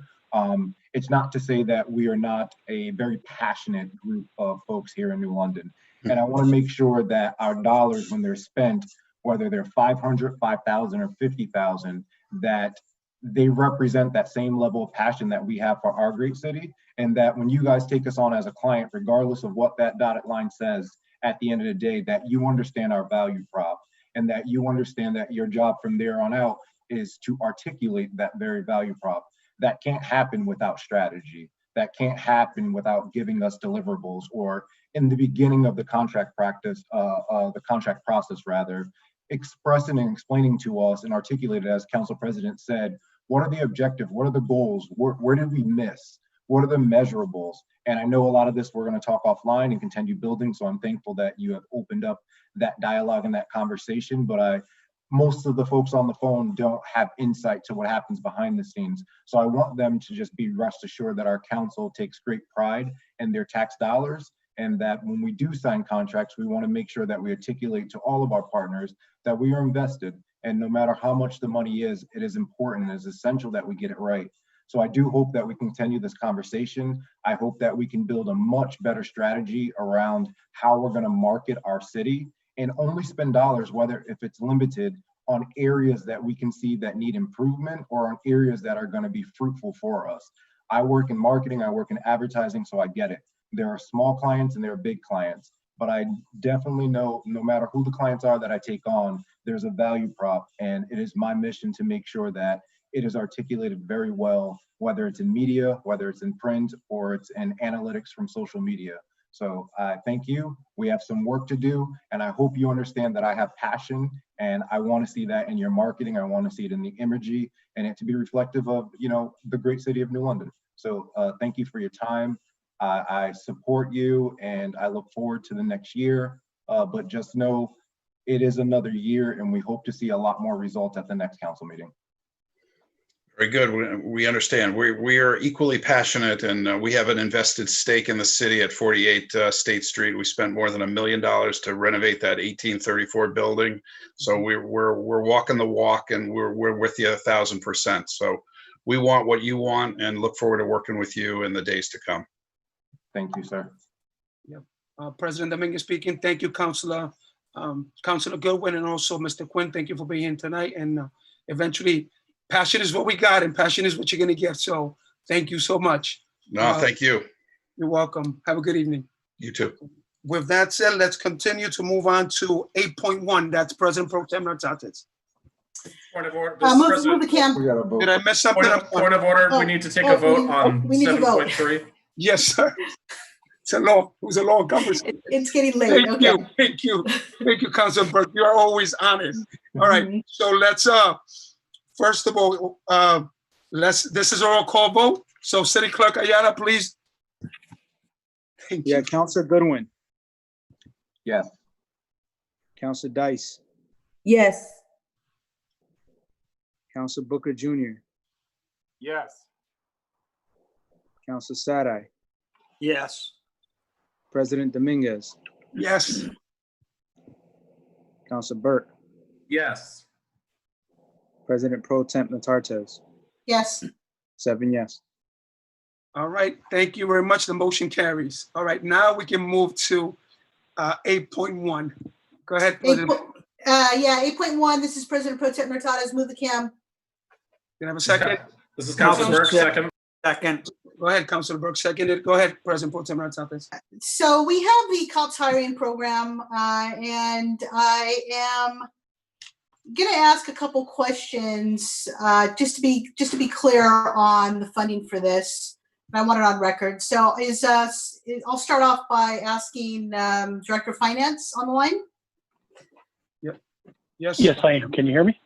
Yes, thank you, Director McBride. So this is a grant that we are receiving for 6 police officers, and with a zero match over a 3-year period. After the 3 years, these individuals would have been on our workforce for those 3 years, and at that time, the funding for those 6 officers will come out of the police budget. Correct, Mr. Director McBride? That's correct. Okay. Question, I know that there's a lot of discussion around charter and how many police officers we have. I want to ask a couple of things. One is that we know that attrition is there, right? We know that there are a handful of police officers that are retiring, that have gone out on medical leave. So can you, and I don't know if the chief of police is on, but I'd like to get a count as of today, what that looks like before the addition of these 6 officers. This is I'm not sure if Captain Wright has Chief record. No, Captain Wright is in representation of the chief of police tonight. Okay. In regards to officers that could retire, we have 13 officers. Okay, I'm sorry, go ahead. I'm sorry, let's start with a total count as of today, before this grant. we have 69 officers prior to the addition of the new officers. So right Out now of we those have. 69, I'm sorry, 69. go ahead, go ahead. I'll let you finish. Let him finish.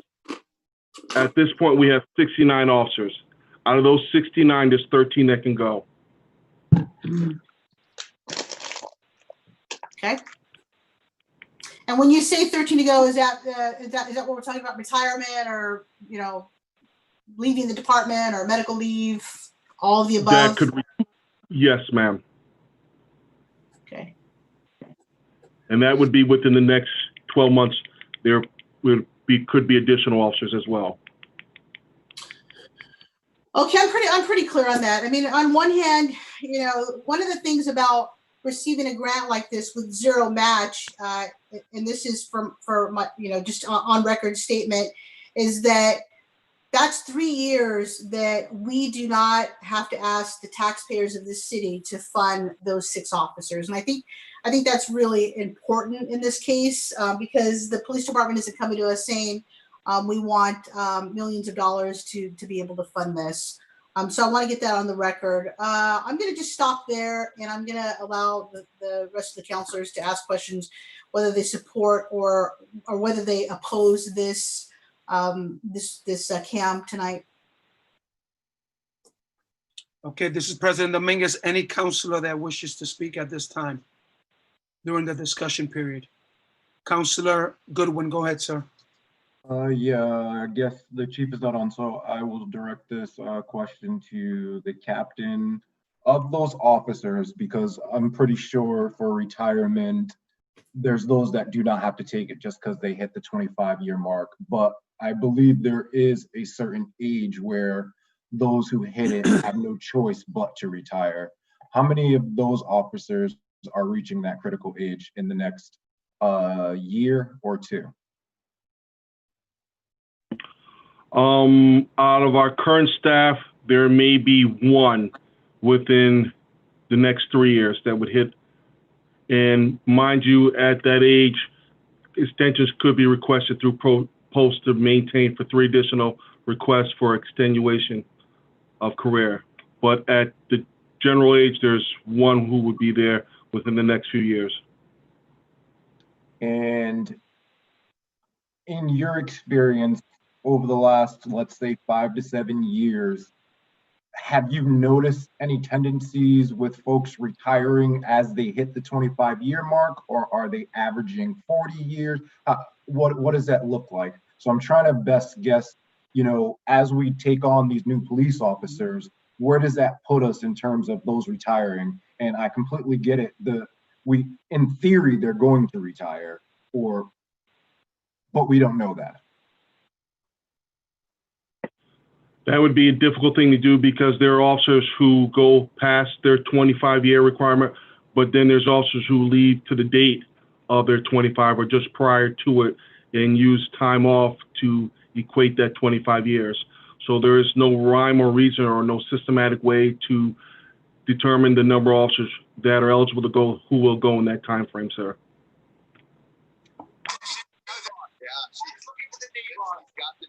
Sorry, I thought that was you, President Dominguez. Last question would be the ordinance on police. So in your opinion, is there, because you brought up rhyme or reason, so it just made me think of this. Is there any rhyme or reason to the current ordinance that we have now? And we don't have to have a long conversation, because I'm sure there'll be much more to indulge in with regards to this ordinance. But I want to paint the picture. So we have this Black Lives Matter movement. We have defund the police. We see dozens of folks on the phone. And I want to make sure the narrative is correct, and we speak in terms of what's proper policing, what's a necessity, etc. So we don't know who's going to retire.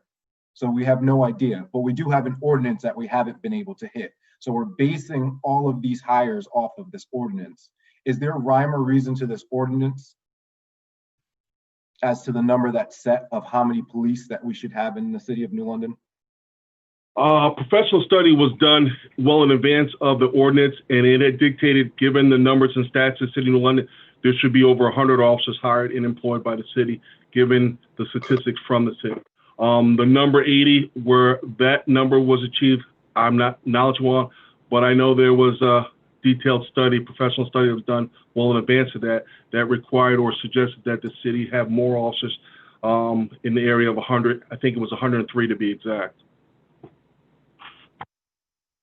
And I'll yield the floor because I know there's other questions that are needed, but if you could send us that study, I'm more interested in the details of the study and what year that study was done. I will attempt to do so, yes, sir. Thank you. This is President Dominguez. Thank you, Councilor Goodwin. With that said, let's go to Councilor Burke. You're muted, sir. Thank you, President Dominguez. This is Councilor Burke. First off, I just happen to have the New London Day article up from 2014 when the 80 officer ordinance was originally established. In March of 2014, and just as a reminder that, you know, we have still not had 80 police officers 6 years since this ordinance has been passed. And regarding the study, to answer Councilor Goodwin's question, the study mandates that there should be between 83 and 118 officers, and the report was issued in 2007. So, I mean, you know, long story short, I think that, you know, 2007 being 2020 now, I think we need a new report. And I think especially based on the national and local conversation that we're having about police reform, that, you know, we really should be, you know, this golden number of 80 that, you know, we've been working very hard to obtain needs to be revisited. And, you know, as Mayor Passer alluded to earlier, you know, we dream of a system where when you dial 911, we have more options to give than fire truck, ambulance, or uniformed police officer. And, you know, I think that that needs to be working towards that goal, needs to be in a bigger picture of, you know, what the actual appropriate amount of uniformed police officers in the city should be. So that being said, you know, it's what's on the table is certainly very financially hard to pass down. You know, it's a lot of money, you know, that could be put into other resources in our city that's strapped for resources. But I also worry, you know, about the future. You know, we're going to get, you know, essentially, you know, the money's going to run out at some point. And yes, you know, there will be attrition, as we know. But I think that this is a nuanced conversation that deserves further debate. So I have no questions. Just wanted to make that comment. Thank you very much, President Dominguez. You're welcome, Councilor Burke. Thank you. With that said, is there anyone else? Was that you, President? Let me go. Hold on, President. Started. Let me go around first. I see Councilor Sadi. Go ahead, Councilor Sadi. Yes, as I mentioned earlier, having been a member of the law enforcement community for over 25 years, having full knowledge of how good the New London Police Department is, and also understanding that there's a need for more police in our great city, I fully support this, especially given the fact that this is an ordinance that will not cost us one penny for the next 3 years. I believe that our officers deserve this. They do a great job. As we heard from one caller earlier, they do a great job protecting our community. And we as a council need to support the great work that they do. In reference to the national issue and racism and all that other stuff, again, I plan to stand forward and vote in favor of this motion in support of all the great police officers we have in our community. Thank you. Thank you, Councilor Sadi. Let me just say something, President Dominguez. I respect what you're saying, Councilor Sadi, but we have had some issues in the police department for years. So I can't really agree with you 100% that all cops in New London are perfect, right? There's been a lot of issues. Number one, there has not been accountability across the board. And that's something that eventually we're going to move into. So I don't want to throw a blanket statement like that all cops here in New London are the best. We've heard it from several, not several, I think maybe more than, I don't know how many people spoke today about issues that have happened to them or relatives or family. So I'm not gonna, you know, I can't agree with that statement, Councilor Sadi, but I respect what you're saying, but I don't agree. And just talking about this grant, you know, the reality, I know that, you know, there's money that if we use this money, we can put it into other social services. knowing about the whole situation with what's happened nationally. And I'll have to say the statement that Councilor Burke said that, you know what, we might just need another,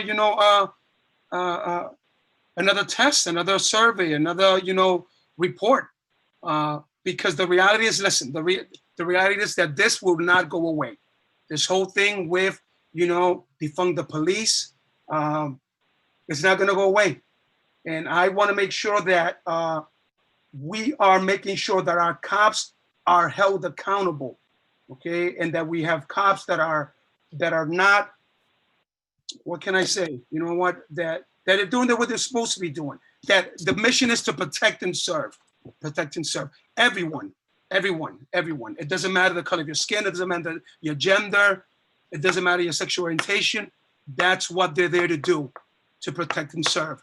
So with that said, I can go on and on, but the reality is that I cannot agree with that statement. We do have issues in New London Police Department. We do have them. We had them for years, and we're going to deal with this. We're going to find a way to see what we can do. And I know this is the council that's going to do it. This is the council that's going to do it. So I'm very proud to be part of this council. So with that said, I'm going to pass it on to President Pro Tem Natsatis. Thank you, President Dominguez. It's a passionate issue, and it's very hard for us to separate what is on this cam and what is real and going on right here, right now. I mean, the air that we're breathing, right? It's not a national issue. It's also a New London issue. So I get it. I 100% agree with Goodwin, specifically Burke, both of them challenging the study that was done back in 2007. So I believe that is the trigger. So we need to make a formal request, one, have another study done to verify whether or not that 80 number is even realistic, right? That is something that we can do. We have the power to do, and I plan on pursuing that. But let's look at what's on the cam tonight. What's on the cam tonight is talking about a grant that is going to provide us with 6 police officers at 0 cost. And I think one of the counselors mentioned, President Dominguez, you mentioned that is millions of dollars that the taxpayers are not going to have to pay out of pocket, and that basically that's money that we can allocate to other needs of the city. And I don't want to lose sight of that. So for that reason, so 2 things. One, I'm going to support moving forward with a new study and re-examining that charter or that ordinance for 80 officers. And number 2, I am going to support this tonight because I believe that it's millions of dollars that we could be using to hire these officers, and that just makes financial feasible sense to me. Thank you.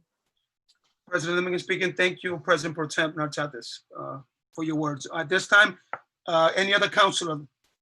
All right, Councilor Dice, and then Councilor Booker. Okay. Councilor Dice, I just appreciate the fact that we are going to put on there to re-examine, because a study being done in 2007 is 13 years ago. And the reality, I know on a personal note, I had to deal with New London Police. So just putting it out there that this is something that I am passionate about, because I want to make sure that we lined up. And the reality is, we have police officers that are retiring. So when we bring in new police officers, we want to make sure we're getting community police officers. And I do know at the last council meeting, when we had the chief of police, that was one of the questions that I asked, where are we recruiting from? What type of police officer are we recruiting for? Because the reality is, we need to bring in new blood who believe in being community-minded, who understand about serving and supporting the community. So I just want to make sure that we don't lose focus, because the need is going to be there for supporting services. And don't get me wrong, the supporting services what I'm talking about is being community-minded, making sure that we supporting all of the community. So I'm just stressing that. And this was Councilor Dice, and thank you for letting me speak. President Dominguez speaking. Thank you, Councilor Dice. Councilor Booker, you're on. You're muted, sir. There you go. Thank you very much, President Dominguez. You're welcome. And also, thank you very much, also President Pro Tem Natartes, for your recommendation as well. Through you, President Dominguez, to Captain Wright. When you started as a police officer, how many officers did you work with? And have you seen the effects of a decline on the police force? And how has it affected officers mentally, emotionally, and psychologically? You can just be transparent with some of the residents and people who are listening right now on this call. When I came out early on in my career, I believe we hit a high number of 99 at one point in time, total personnel on the department. I came on in 1994, so I believe in the 95 or 96, we were at a high number. What was beneficial about more officers means more time spent in the community, engaging the community. When you have a shortage of officers, that means officers are going from call to call with not time to spare to spend in the community, to get to know its community members, getting to know the residents of particular neighborhoods. And there's not much time left to think outside the box, to use discretion with response to situations and problem solving. As you have lower numbers, that means officers are going from job to job and adds pressure and stress to police services. In my opinion, to reduce the number or have a fewer number of officers is detrimental to officer safety as well as to services to the community. Thank you.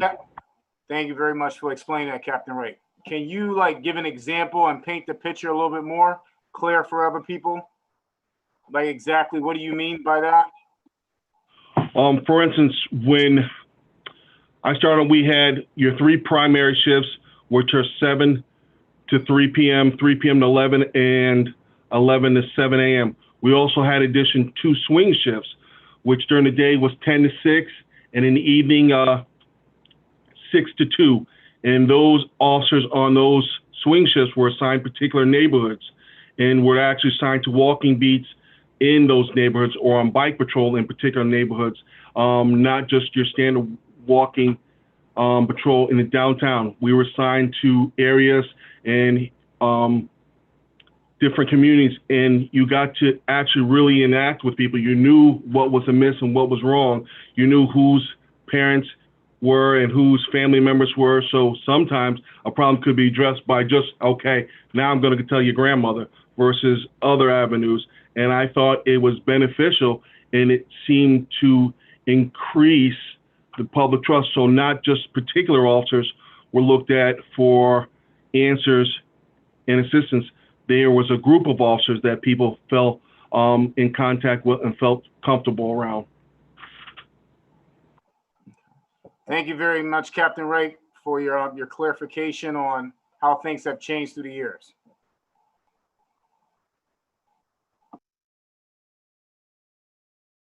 President Dominguez speaking. Okay, Councilor Burke, I see. Okay, so what we're gonna do, this is gonna be the second turn around. If anybody wants to add, and then after that, we'll do the vote. So I see Councilor Burke, your hand. Thank you, President Dominguez. Through you to Director McBride.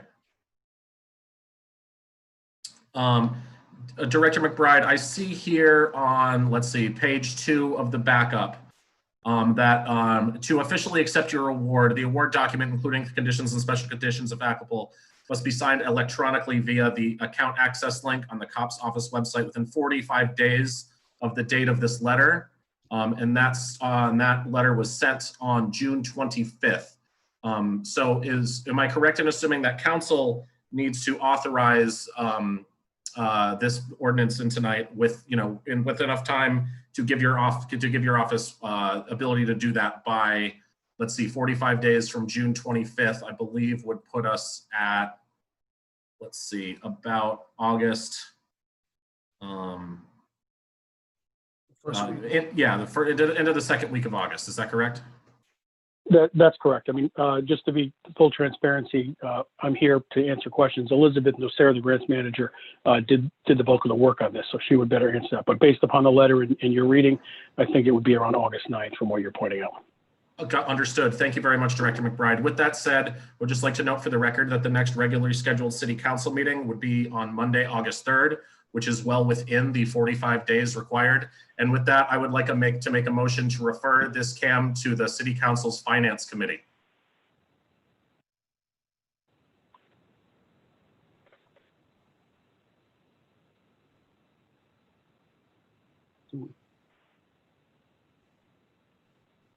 Second. Is there a second? Who was that? I'm sorry. I second. Councilor Goodwin. Okay. All right, we're gonna open it up for discussion. Yes, let's open it up for discussion right after. Go ahead. It's open for discussion now. President Pro Tem Natsates. Yes, this is a question for Councilor Burke. So Councilor Burke, we've had a lot of discussion tonight regarding this grant.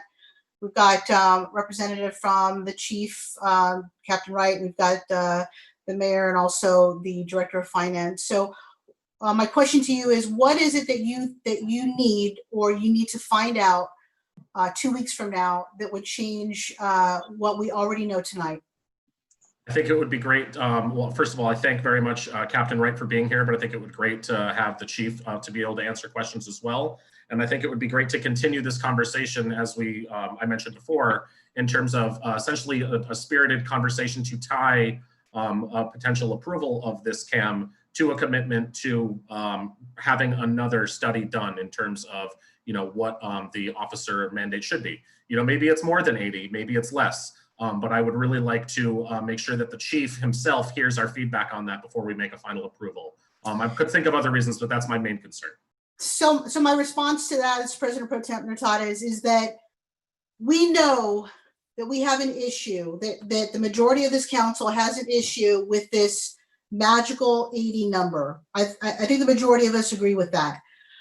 That needs to be addressed regardless. We have to address that. We have to call for a new study, and we have to align with what the results, we have to accept what the results of that study is going to be. But that has really, and I understand you want conversation, but what the CAM is on tonight is a financial decision. And that's not going to change my mind 2 weeks from now. I think that it's financially prudent to approve this and not let this grant get away. Millions of dollars in lost opportunity if we just let this slide by. So with all due respect, I understand and I agree that the conversation needs to be continued, but it needs to be focused. And the focus is going to be on getting a new study and finding out if that 80 number is realistic. Separate from the CAM tonight. Thank you. Let me thank you both to Councilor Burke and President Pro Tem Natsates. I saw Attorney Londrigan. I saw that you had your hand up. Did you want to say something? Yeah, Attorney Jeffrey Londrigan, and I didn't want to jump in, but there's a motion to table that's on the floor that's been seconded, and there's no debate or discussion on a motion to table. A point of order. This is Councilor Burke. Jeff, I didn't. Hold on, Mr. President. It was not a motion to table. Oh, it was not. Oh, it was a motion to send it to the Finance Committee. That's what it was, Attorney. I apologize. I thought okay, I thought it was to table. My apologies. No problem. That's okay, sir. All right. So with that said, any other person that wants to discuss besides President Pro Tem? Okay, Councilor Sadi. John, you're on mute. Yep. You're muted, John. Sorry about that, Councilor Sadi. I'm in agreement with Councilor Natsates. Two separate issues. We need to support the 69 officers that we have working for us at this point in time by voting in favor of this motion this evening. It's a hot summer. Let's move on. There's no need to create any more anxiety to have these people waiting around. The sooner we get the officers on, the sooner we get closer. That will bring us to 75. The sooner we get to 80. We've already heard that we were as high as 90 in the past.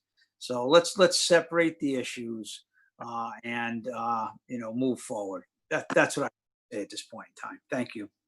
President Dominguez speaking. Thank you, Councilor Sadi. Any other councilor that wishes to? Okay, go ahead, Councilor Dice, and then Councilor Goodwin. Okay, this Counselor Dice. I'm in agreement with getting a new study. The reality is that I'm gonna vote for getting the 6 officers, because the reality is we have officers that's retiring, and we need to make sure that we're not they are 2 different issues.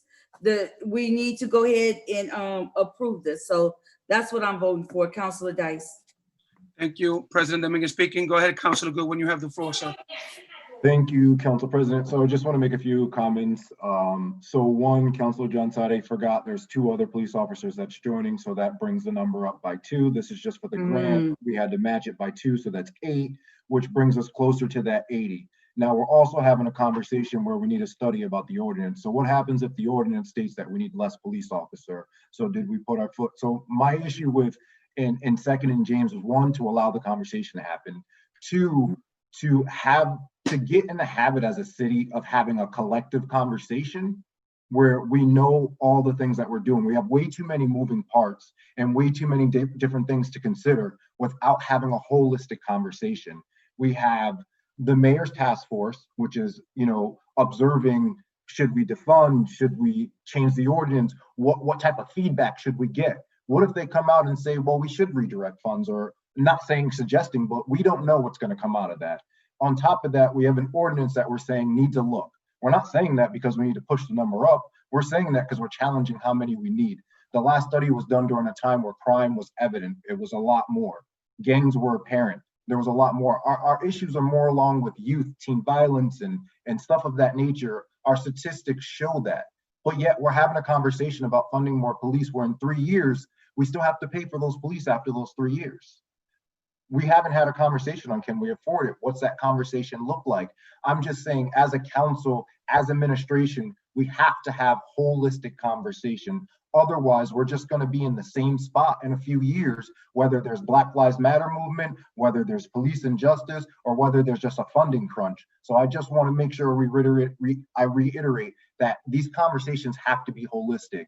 I appreciate Captain Wright's sentiments on walking beats, but to be honest, when you have police that don't live here, it's very much hard for me to believe that they're going to be invested in community policing. They take their tax dollars and they're going to go support another municipality. That's not to say that we don't have great police officers that don't live here, that won't invest here.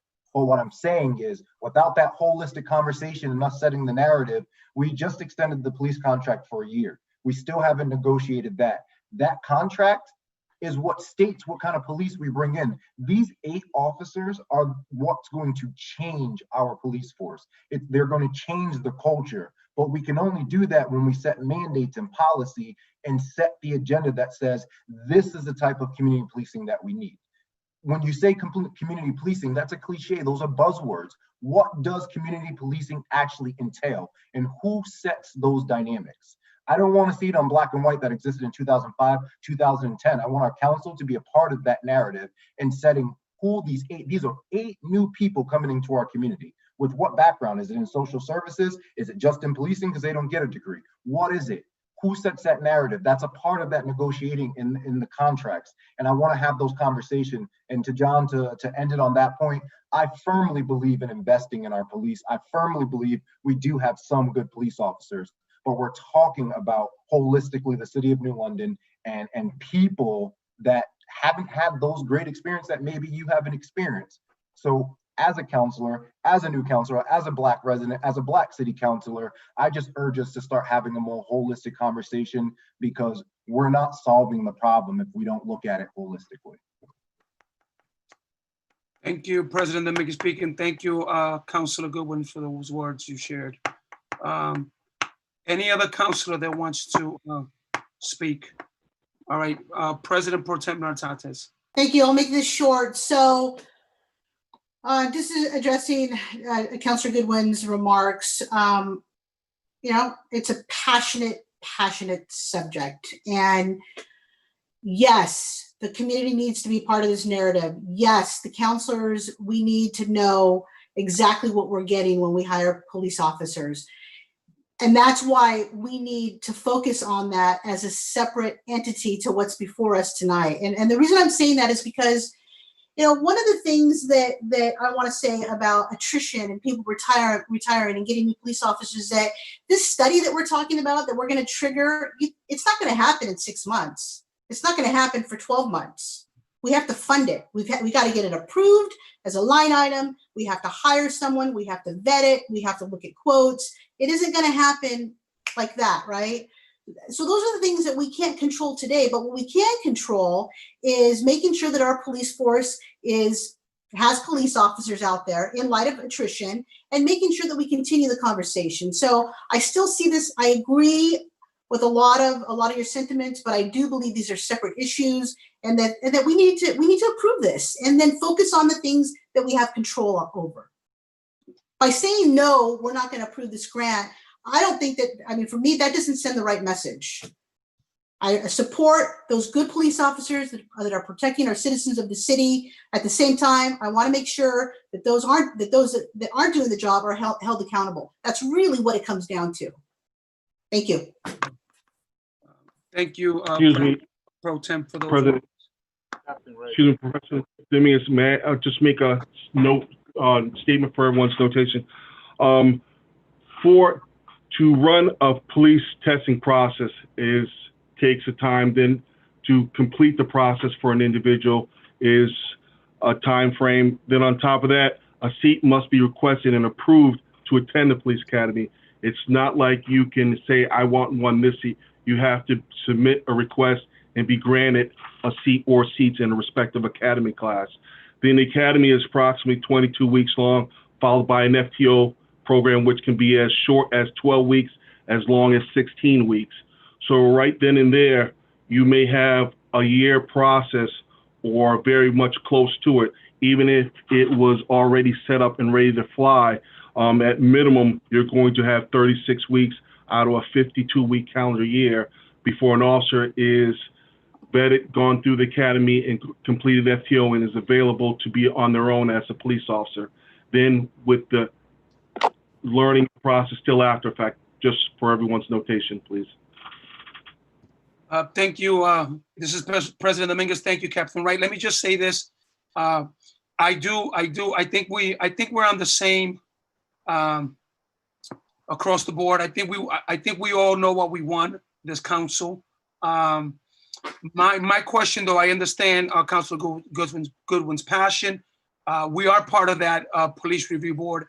Eventually, those recommendations are going to become to the mayor. So whatever officers are going to be hired, they're going to have to go underneath those things eventually. But I do understand, President Pro Tem Natazzi, there's two different sets, even though eventually they do combine later on.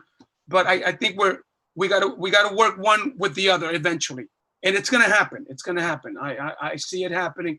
But again, I'll have to support this grant only because I don't know, if we miss the day, we're going to lose that money. And then that money, then we're going to have to go to the community and tax them to hire officers.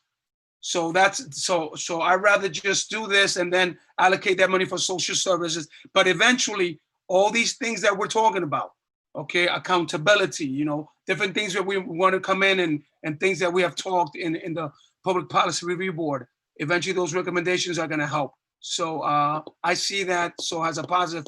So for that reason, I am going to support tonight's 8.1. All right. With that said, guys, I'm ready to vote. I don't know if anybody. All right, we're ready to vote. Point of order. Oh, I'm sorry. Go ahead. Yeah, so we're voting on the motion to refer to finance first, right? Yes. And then depending on how that motion, okay. Okay, thank you.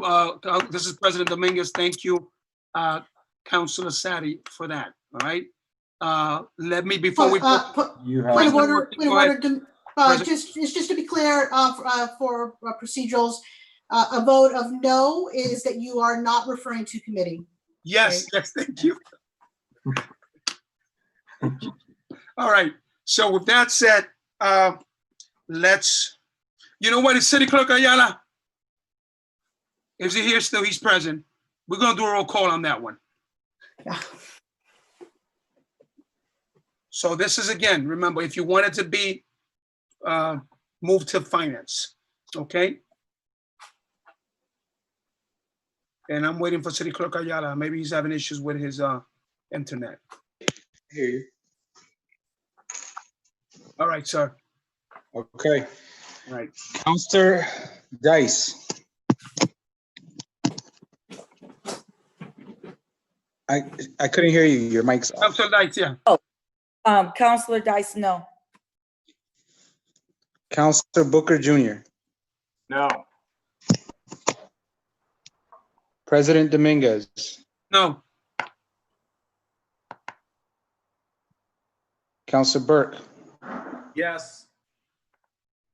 Counselor Goodwin. No. Counselor Sadai. No. President Pro Temp Natartez. No. 6 no, 1 yes. Okay, so the motion doesn't pass to refer to Finance Committee. All right, so now we're gonna vote on the main motion. All right, on the main motion. Okay, so is there any discussion? I think we discussed it already. No one, okay? So with that said, City Clerk Ayala, that's a roll call vote again, so. Okay. Counselor Booker. Yes. Counselor Goodwin. Yes. President Pro Temp Natartez. Yes. Counselor Burke. No. Counselor Dice. I can't hear you, Counselor Dice. Yes. Counselor Sadai. Yes. President Dominguez. Yes, 6 yes, 1 no. okay, the motion carries. Thank you. All right, let's move on to the next one. Okay, that is Councilor Sadi. 8.3. Move to Cam. Second. Seconded by President Pro Tem. Go ahead, sir. City Council adopts resolution 072020-01 declaring racism as a public health crisis and affirming the city's commitment to assuring that the city of New London is actively and continuously advancing racial equality. Just give me a sec to get to the actual motion. I plan on voting in favor of this motion, but I would also like to state for the record that I feel that the city of New London is a city of inclusion.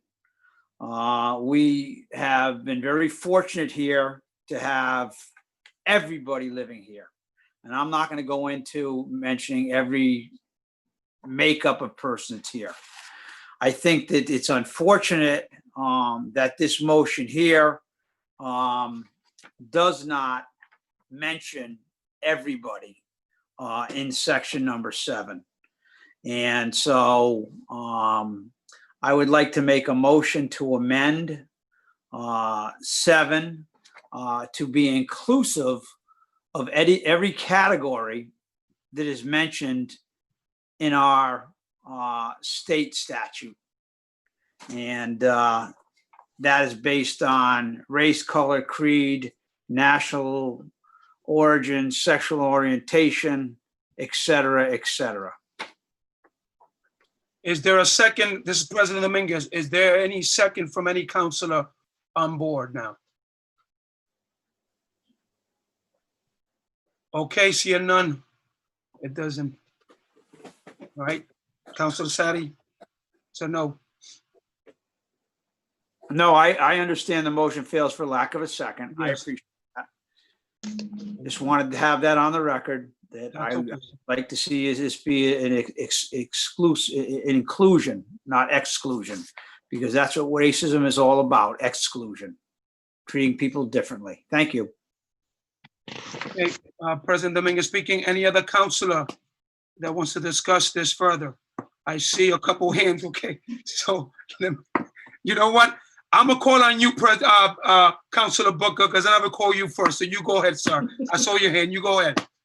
You go ahead. My hand wasn't raised yet. No. All right. I saw your hand raised. I was stretching right here for a minute. All right. So you know what? Because I always call everybody else first. So I'm going to call on Councilor Dice. Did you have your hand up? This is Councilor Dice, and I did. So go now ahead. I'm just taking a moment. When I received this resolution, I was very thankful that it is looking at what is going on around the world, but what is also happening in our community. So I'm glad. I'm going to be supporting this, but I'm going to be supporting it because this is a reminder. Sometimes we're excluded, and racism exists because it's not being acknowledged. This is saying, look, we know this is going on. This is what we can do to better it. We're going to be mindful. So I appreciate taking these steps to make sure that when there's situations that we have something where a person can say, look, the city of New London said, we're not having this. You're looking at such and such and such. And resolutions just to keep stuff in mind to make sure that we're accountable. So I'm saying that I'm supporting this. This is Councilor Dice. Thank you. Thank you, Councilor Dice. This is President Mingus for your passion. Thank you very much. All right, let's go. Councilor Burke. Thank you very much, President Dominguez. All right. Hey, so I wanted to just take this time to, I believe we still have Director Milstein on the line. Yes, I'm here. Jeannie, thank you so much for staying up late with us tonight. I very much so support this resolution and support all the work that you and all the members of the Southeastern Connecticut Health Improvement Collaborative do. I wonder if you could just take this time to speak in regards to, as pointed out in this revolution or in this resolution, where more than 100 studies have linked racism to worse health outcomes. Do we have any, I know the Southeastern Health Improvement Collaborative looks more at a county level. Do we have any data specifically to the city of New London in terms of racial disparities in health outcomes? Councilor Burke, if I could, Jen Maggio, Laurel Holmes, and Stephanie Clark are attending this meeting. And Jen and Laurel chair the Health Improvement Collaborative. Stephanie, Jen, Laurel, and a few others are actually on the steering committee. I participate in the meetings, but they are the leadership. And if I could, I'd like to defer the question to Jen, Laurel, and Stephanie, please. That would be wonderful, Director Milstein. Thank you. So this is President Dominguez. So who do you want it to address? Jennifer, Stephanie, who would you? Why don't we start with Jennifer? Okay, all right. Thank you. Thank you. This is Jen Maggio, Deputy Director with Ledgely Health District and a member of the coordinating team of the Health Improvement Collaborative of Southeastern Connecticut. It is true that our community health assessment looks at the health of the region, not all of New London County, but for those towns that are members of Ledgely Health District. We do, though, have some data that are available that are specific for New London, and I did have an opportunity this afternoon to try to pull out some of those data points that might be of interest for this discussion. Before I do that, I would like to just re-ground us in the conversation about why we are calling racism a public health issue and why some of the data points I'm going to share with you are not specific to health outcomes. If we look at health outcomes, we identify in many, many different areas of health, including several chronic disease, including COVID, including injury, racial disparities. And those simply, when you just look at them, are differences in numbers or rates, right? So to understand why those differences exist, we have to get to what causes those things. And we recognize that in most of the cases, the differences are caused by things that we could change or prevent through our action and policy. And so that now we call those things inequities because they're unjust and they're unfair and they are preventable. And when we look at what has the most impact on health outcomes, it is not an individual person's behavior. It is not an individual's person genetics. It is not even an individual's person's interactions with the healthcare system, although that does, of course, play into this conversation about racism as a public health issue, but it is in fact all of those social determinants of health. And when we look at the social determinants of health, we see again repeated inequities. So for example, transportation is a key determinant, right? And in New London, we see a difference between white people and people of color who say they have access to a car when they need it very often. That is a difference of 15 percentage points. Sorry, 16 percentage points. We also see that a higher rate of people of color saying that in the past 12 months, they stayed home when they needed or wanted to go someplace because they had no reliable transportation. We see a significant difference, again, housing as another social determinant of health. We see a significant difference in rates of home ownership. And if we refer back to some of the comments made earlier about home ownership being one of the most effective ways that families build and pass down intergenerational wealth. We see, despite the fact that people of color in this survey, people of color were more likely than white people in our city to say there were many stores and services within walking distance of their home. They were less likely to say that there are safe sidewalks and crosswalks in most of the streets of their neighborhoods. They were less likely to say there are places to bike in their neighborhood that are safe. They were less likely to say that their neighborhood has several free or low-cost recreational facilities. They were more likely to say that they do not feel safe to go for walks in my neighborhood at night. And they were less likely to say that they were mostly or completely satisfied with their life or felt happy yesterday. And we do see those things playing out in disparities and inequities in actual health outcomes among new residents, particularly as it relates to inequities or disparate rates of diabetes and asthma, particularly as it relates to having health insurance or one person that you think of as your primary care provider, particularly as it relates to access to seeing a dentist. And also in levels of mental well-being, stress, anxiety, and all of those things are the result of systemic racism that plays out in all of the systems that impact health. I hope that I've answered your question, Councilor Burke. This is Councilor Burke. I think that was a great overview to start. I'll reserve my time. Thank you very much, President Dominguez. President Dominguez speaking. Thank you, Councilor Burke, and thank you, Jen. I think it did cover a lot. So with that said, I think it was President Pro Tem Nartates. You had your hand raised.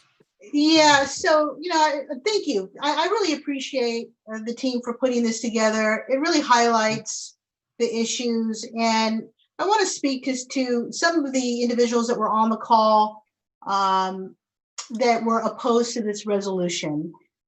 I think that what people don't understand is diversity and inclusion are two separate things.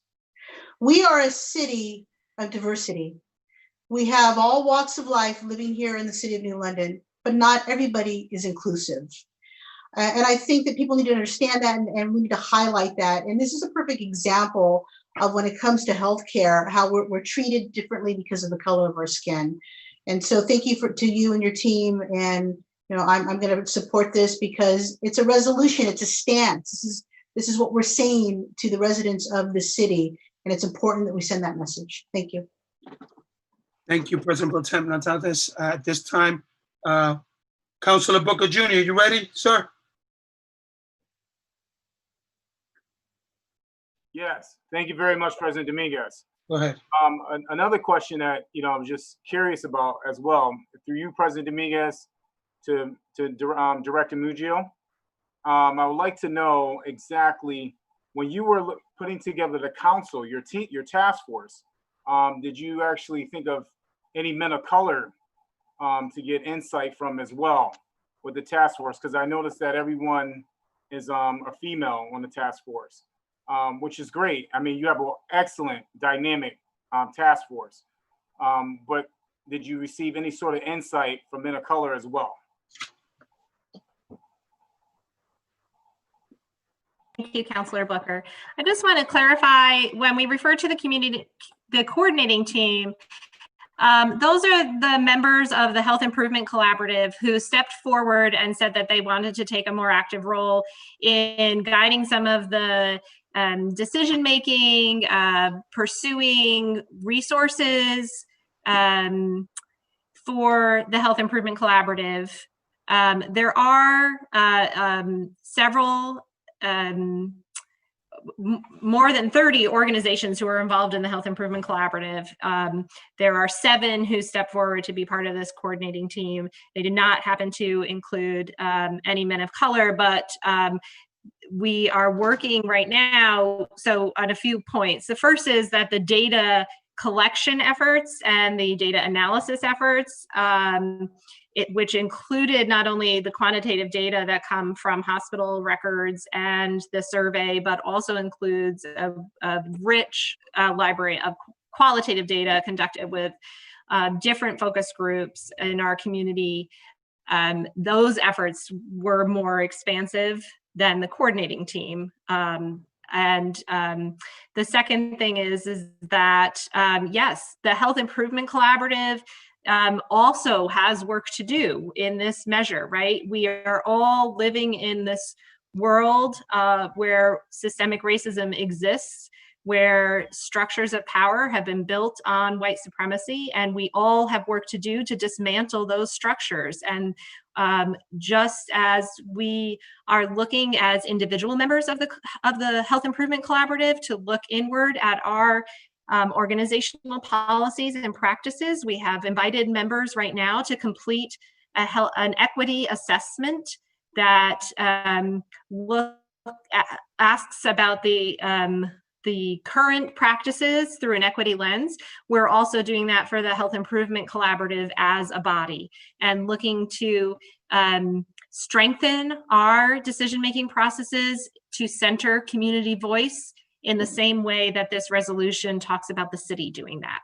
So we as a body are walking hand in hand with the city and the other members in this work, which will probably not be done in any of our lifetimes. We're talking about 400 years of systematic oppression, but I feel optimistic that we can together do significant work if we do it with intention and focus. Thank you very much. I plan on supporting this resolution this evening. As a person who is a survivor of ongoing systemic racism and oppression, and who has to navigate through 153 towns in the state of Connecticut that are predominantly white for work, I remember watching my Black and brown brothers and sisters get hit with batons on their heads and busted wide open as a child. I remember my brother and I being handcuffed as teenagers while we were getting off the city bus while we were coming home from school. I remember watching my community being affected by the crack epidemic and not treating those individuals with treatment, but incarcerating them in high numbers. And dealing with poor, inadequate education, and taking a bus that I could not afford because I could not afford to register my car until I was 26 years old.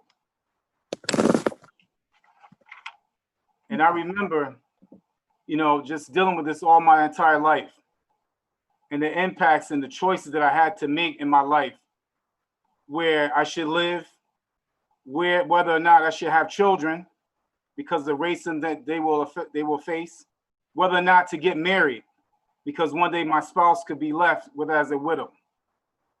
I have dedicated my entire life and commitment to fighting for racial injustice. And I chose my career because of this as well. And, I plan on doing this until the day I die. And moving forward as a result of this resolution, I just want to thank you very much for your dedication and your commitment, because this is something that I know many of the counselors as well who are on this council You know, we understand the importance of this resolution. I know it's a stepping stone, but I want to thank you very much for your due diligence, because this means a lot to me on so many levels, because this has affected my entire life. So thank you. President Dominguez speaking. Thank you, Councilor Booker. At this time, Councilor Dice, go ahead.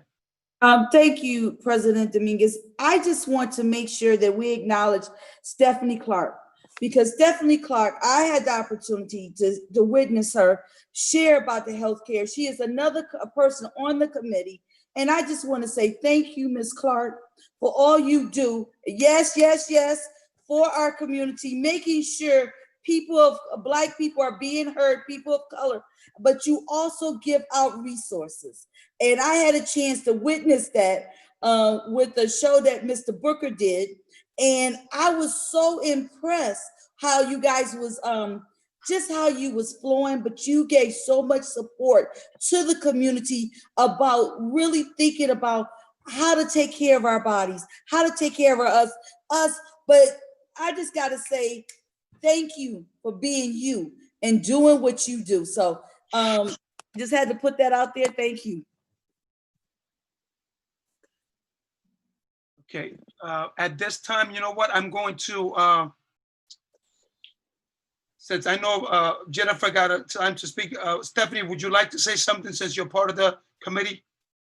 Okay, all right, just want to make sure. All right. All right, so at this time, I am going to be, I'm in full support of this resolution, and I'll tell you many of the reasons why. I want to thank Stephanie, Jen, and Jeannie, and who was the other young lady? I forget her name, but all of them that were part of it. Thank you for drafting this. Thank you for working diligently. And Mayor, thank you for even, I guess, being part of this also too. So that's greatly appreciated. Number one, it's acknowledging that racism is real. And even though we live in New London, it's real. It's real all over the nation. It's real even in our small city. Now, the other thing with this is systemic racism. What is it? Systems in place that create and maintain racial inequality in every facet of life for people of color. Affects wealth, criminal justice system, employment, housing, healthcare, politics, and education, and etc. Just because of that, knowing that we are trying to work to make sure that there's racial equality and equity in our city, I mean, that's the most important thing. You know, the reality is just like President Pro Tem, not that there's two different things. We do have diversity, but inclusive is different. You know, there's a difference in that. So I'm very happy and I feel strongly in supporting this. And again, like I said it before, this is going to hold our city accountable. And we have it. We have it right now on the records. We have it on the book. And this is how we're going to move New London forward. And so I am so proud to be part of this tonight. And I want to thank each of you for writing this out. Okay, so with that said, I don't know if was it Councilor Goodwin? Did I give you a chance? Councilor Goodwin, did you? No, but at this point, I think everyone has summarized it. So thankful for all the ladies that, you know, put this together, including you, Stephanie, and Jennifer and Jeannie, and everyone on board with doing this and really coming with the facts and the data points, because that's what's important, especially for those who spoke up not to support this, which is beyond shocking and astonishing for me to sit up here and witness. But thanks to the work that you guys did, it is expertise, it is research, and with that research, it dismantles anything that's being said that's not in support of this. So thank you for giving us a foundation to have to live up to. And I want the administration and the rest of the council to know that now we have a framework. And I expect that moving forward, we use all this dialogue and all these data points to reinvest in our communities based on, you know, all the facts that they said. Because it's one thing to sign, you know, to sign this resolution, but it's not policy, it's not dollars spent. And I want to make sure we live up to that, or at least do more than just have conversations. So thank you guys for starting the conversation and setting us up. So there we go. Well said, Councilor Goodwin. Okay, with that said, I think I gave everybody an opportunity. The last one was Councilor Burke. I'll go back to you because you started. Not sure if you have anything else to add. Didn't want to, because you did. Nothing else to add. Just that I think that as pointed out, that this is a resolution. It's not policy.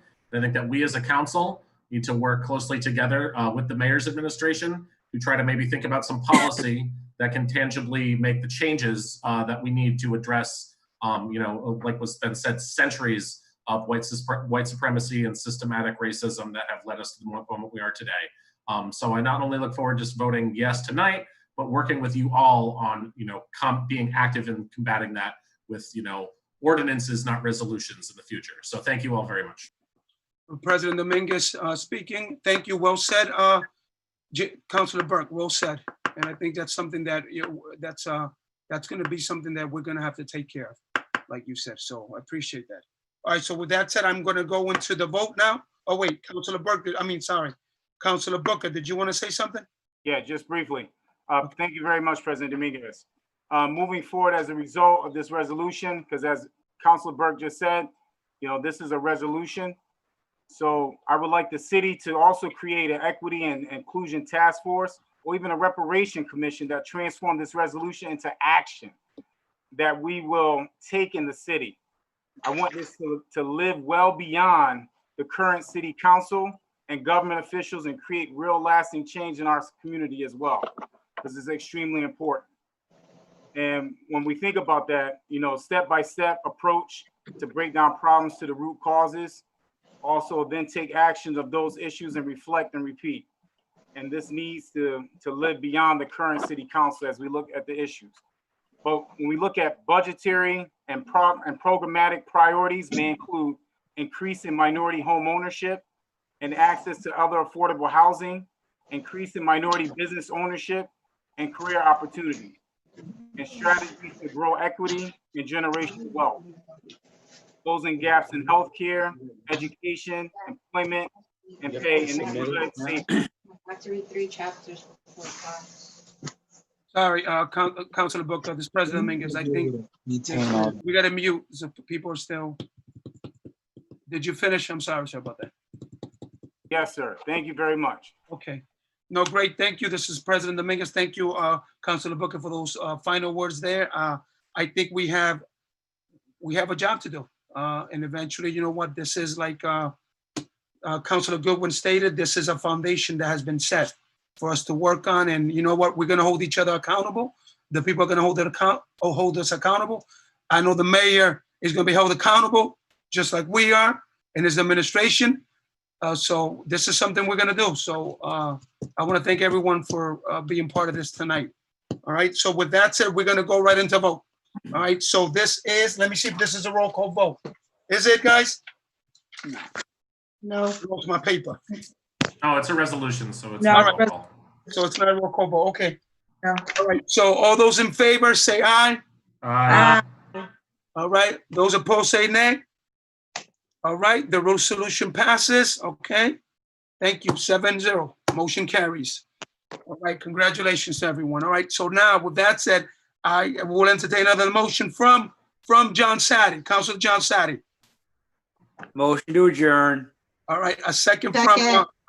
Who was, thank you. That was a second. You have one more motion. I do?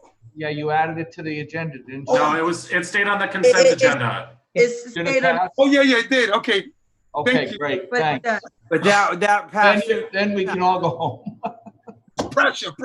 All right, everybody oh, wait. So all those in favor say aye. Aye. Those opposed say nay. All right. Good night, everyone. Good night. Take care. Yes. Bye.